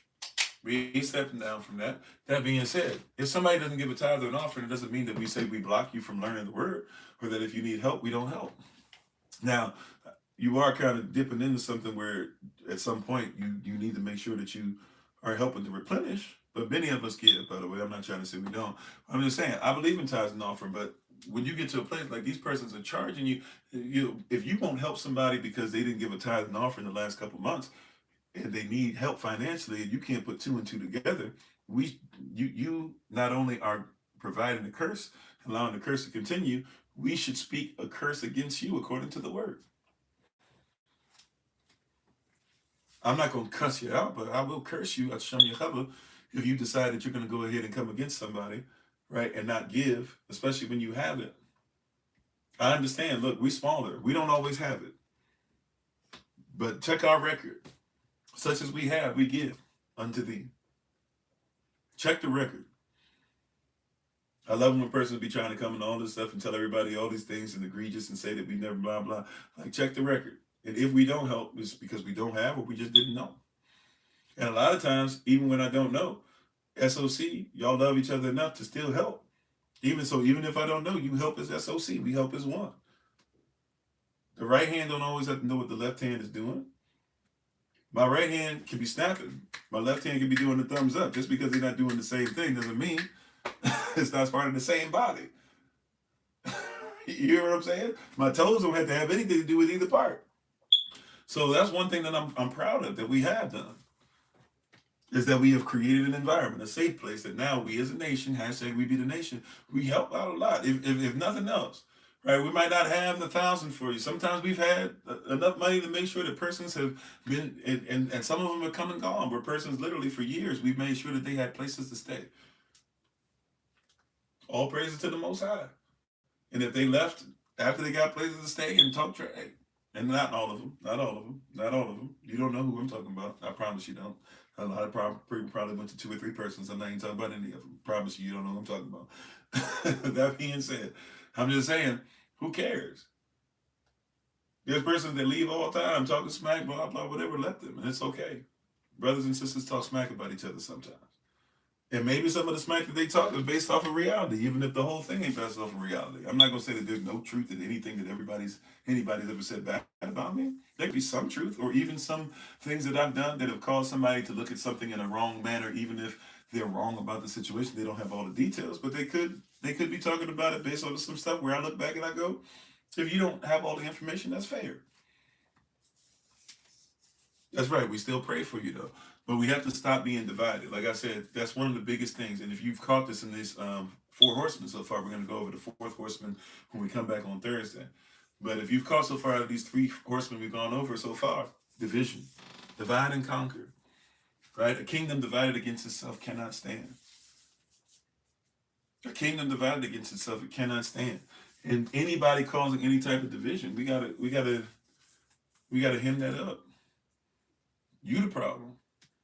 And if you say the division is based off of something that needs to be holy or something, or something that you're right about, okay, fine. And you need to give something besides just being like, I don't like what you do.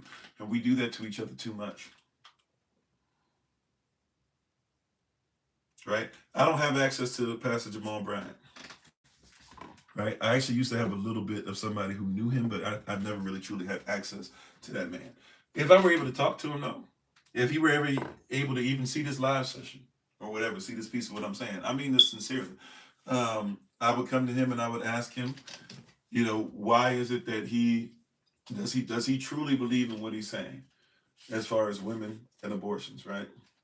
And if he said yes, I would say, why do you think it's holy to have an abortion?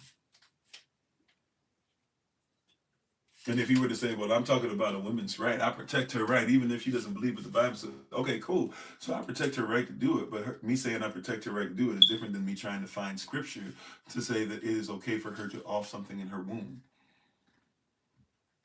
Right? We just have a regular conversation.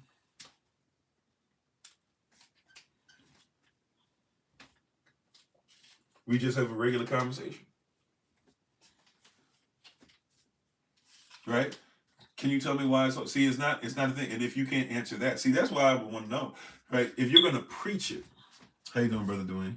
Right? If you're gonna preach it,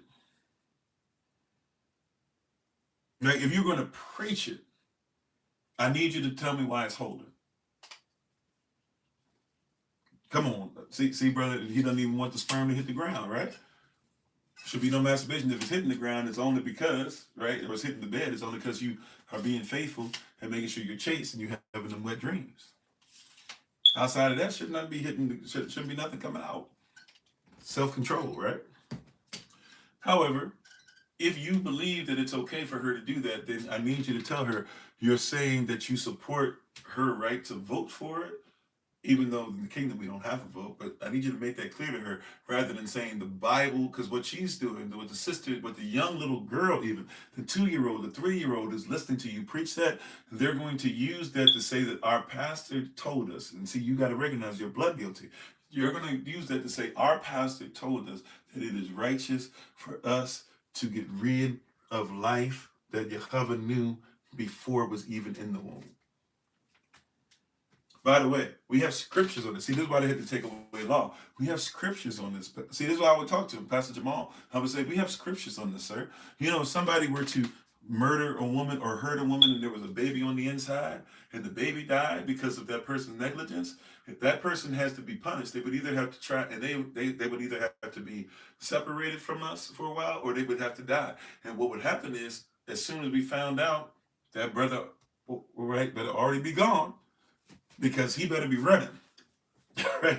He better be taking off, because he better be. You remember you had the arch in your back. He better be gone, because what's gonna happen is that the family gonna be chasing them, and we gonna be chasing them. And if we catch that man, his life is done, because that life, right? That life. Blood has to be shed. So if you can get away and you can separate, hey, an offering has to be put up because blood has to be shed. And then when you come back, you might even have to serve that family some, which means that they have to forgive you and teach you certain things, and you have to ask for forgiveness and humble yourself enough to be loved by the family that you did dirty. You see how different that is? But yeah, there's a punishment, but you're saying it's okay to go ahead and do whatever just because, hey, see, and look, it still is not righteous. And sisters, I know, persons will put me in line with Charlie Kirk. This one I got to be honest about the word. The scripture doesn't say that just because the woman was forced, right, was R-worded, was taped, if you will. It doesn't say that because she was forced that it's okay to get rid of the baby either. But may I be honest with you? I could at least empathize. I empathize either way. I could sympathize with the decision making more when it says, okay, like I get like I get it. That wasn't what you had planned. Somebody forced you. It is what it is, right? You don't want to live with this. Maybe you're young. Maybe you're 12. You're 13. You know, you got your whole life ahead of you. I could see why you desire that, even though it's still law. It's still not lawful. That being said, though, I'm just gonna be honest. See, once again, if it's not through the prism of Yehashua, this makes me mean. It makes me mean. I pray that you see that I'm wrestling with how to say it because I want to make sure that I'm empathetic. I'm not a woman. I'm not a young girl. I have daughters. I have a wife. Right? I got a mom.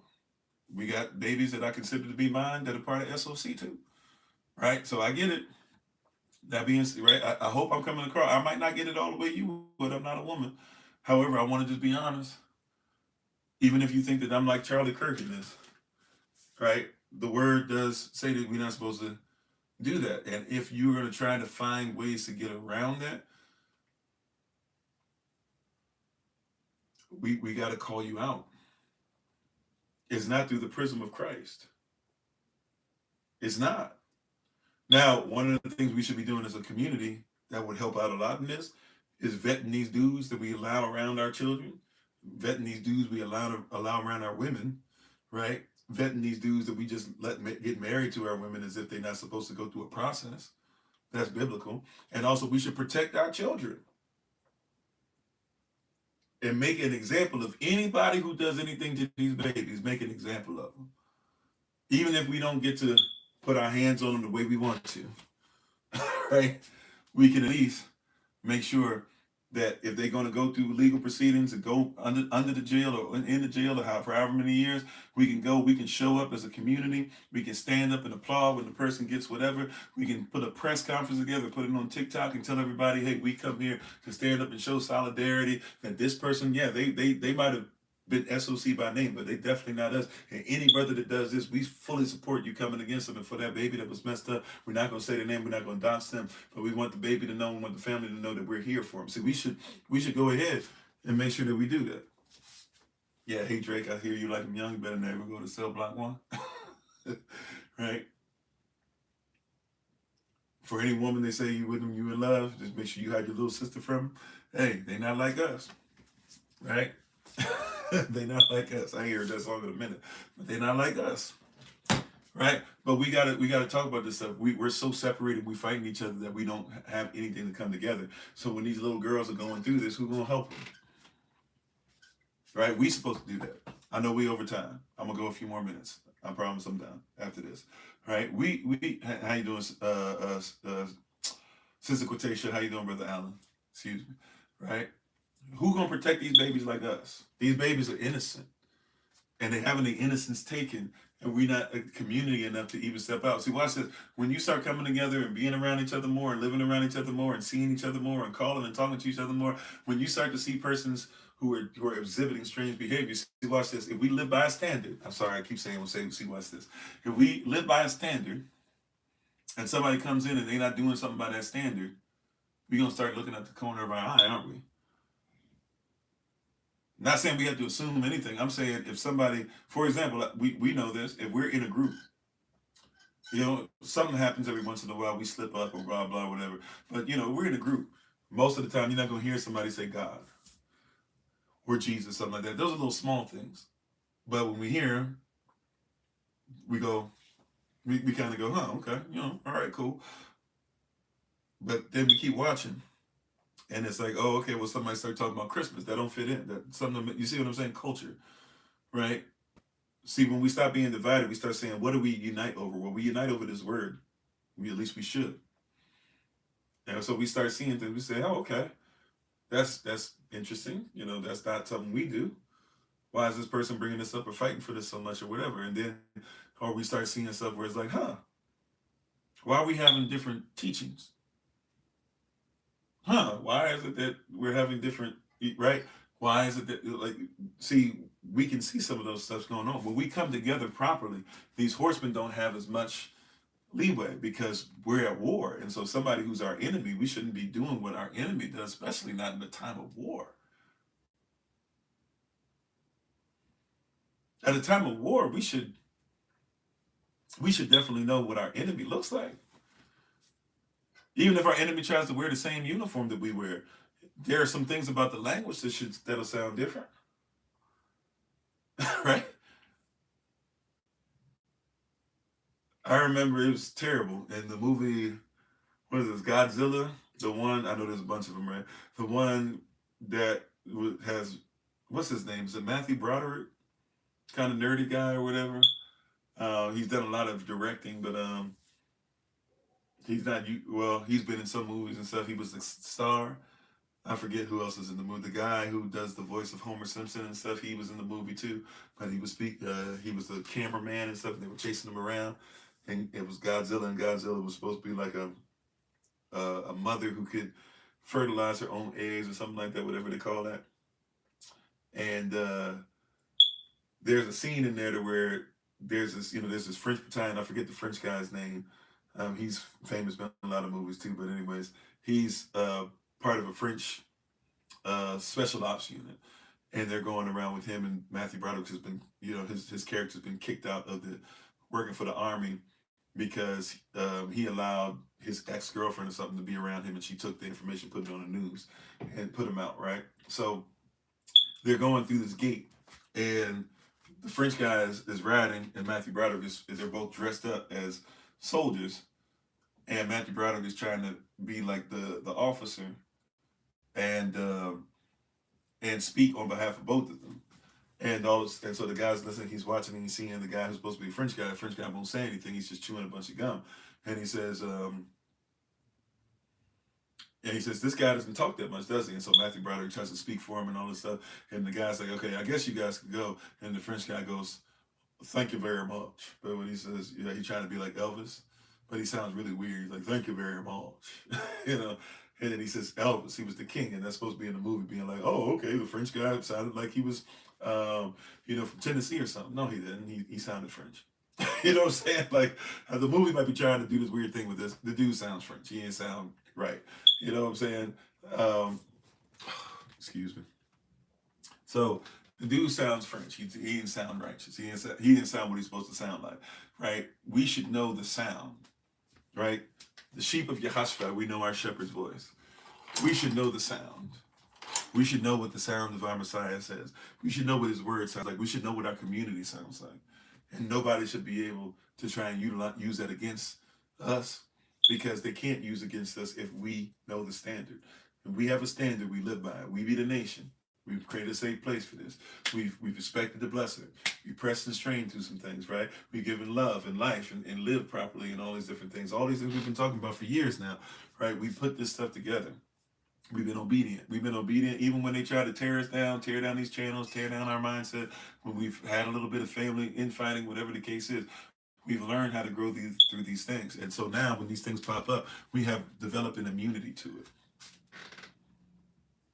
We have developed an immunity, right? So when these things come through, when these viral moments come, it's okay, right? We have the ability to do so. All praises to the Most High. So that being said, that's all I have. I'll keep my word. Thank you so much for being on. We'll do our shout out today. We haven't done a shout out in a little bit. One time because of the wind, and yesterday just because I had some things to take care of. So we thank you for being on. We appreciate you. We're going to do our shout out. If you've never done a shout out with us before, just give us a little bit of time and you'll see how the shout out works very soon. We're thankful and grateful to have everybody on who was with us on all the different platforms. Thank you for joining us, whether you joined us or you joined us live, watching this later on. Whether you join us coming over from the podcast, coming over from IG, coming over from Clapper. If you're on Clapper right now, if you're on Facebook, if you're on YouTube, if you're on TikTok, thank you so much again for being on with us. We appreciate you. We give all praise and honor once again to the Most High. We give all praise and honor to him for my wife, the Honorable Maya, who lives a life to able to be honored. To the ministerial staff, moderators, SOC, Lottie Darn, everybody, thank you so much for all that you guys do all the time. At 8 o'clock p.m. New York time, we will have our... At 8 p.m. New York time, we will have our hashtag Real Talk session, our live session. It'll be on YouTube as well as TikTok, Kofi_42. This is Kofi_43. So you have to look for us on Kofi_42. Feel free to go there. We have Kofi_40, Kofi_42, Kofi_43. If anybody reaches out to you pretty much in any other way or any other platform trying to say that they're myself, they are not me. All right. But we'll be on TikTok, Kofi_42. At 8 p.m. New York time, we'll be on YouTube, same time. And then at 9 p.m. New York time, we'll be on Zoom for a quick call, our project management meetings we've been doing to make sure that those that work behind the scenes can get more information on how we're moving. And don't forget, even though I won't see you guys, well, officially as far as a live session, I won't see you guys again until Thursday. We'll have our Thursday rising prayer. We have a Wednesday night study with Elder Tamara at 8:30 p.m. New York time on Wednesday, and yeah, I think that's pretty much it. Check out your stuff on Patreon, hashtag SOUC University, all that great stuff going on. We're very appreciative of everybody being on with us. Thank you for the brothers. We'll try to have more information. We're getting closer and closer to figuring out an exact spot, and we kind of been given some amounts as far as what it'll cost financially to start saving up for. Also, too, January 26th was yesterday. So if you're coming to meet us for Passover in Eastern Tennessee, we need you to make sure that you've reached out to somebody, and hopefully by this point that you've heard back from somebody. Okay, so if you haven't heard back from somebody and you're planning on attending, or even if it's a maybe, let us know. We know that there are those who are going to be trying to do the Floridian meetup as well, our Florida region. And all praises to the Most High. I haven't had a chance to watch the video yet, but I will try to watch the video for what happened with the babies and the baby dedication. Proud of the ministerial staff. Keep doing what y'all are doing over there. But that's all that I have for today. So thank you, everybody. I appreciate you so much. Keep us in prayer, as always. If you don't mind as well, keeping my shoulder blade in prayer. I have a little bit of issue going on, a little bit of pain, but I'm better. I couldn't even... it's been going on for a few days. At one point, I couldn't even do this. so now I'm able to move it. It starts to twinge, but at least I have some range of motion back. It's slow, but it's some range of motion. So if you don't mind praying for that. Of course, even more importantly, we're praying for those Sister Shima and their families lost. Minister Moselle, Minister Morel, for our truckers out there, all of you, if you're out there in this ice and the snow, praying for your safety, praying for everybody that you stay warm, of course. We give praise to the Most High for Sister Alster making it back home. We're praying for Sister Andrea as she's continuing to go through her journey and her healing journey. Her battle, well, she's put it out publicly, her battle with cancer. Prayer, keeping Sister Marion and Brother, Sister Marion in prayer. Excuse me. And everybody, just lie there, everybody. There's obviously something, Minister Keita, she continues to heal. We're thankful and grateful for an opportunity to see you guys with us again. And we hope that this word, Barak, it's 11/11. Thank you. So we'll see you guys soon. Hopefully you guys enjoyed the word. Prayerfully this is helping you and to learn and grow. We can come back and finish the last Horseman on Thursday, and then we'll continue to move into the fifth seal, where we start talking about martyrs and things of that nature. All right. Thank you, babe. I see you. Love you.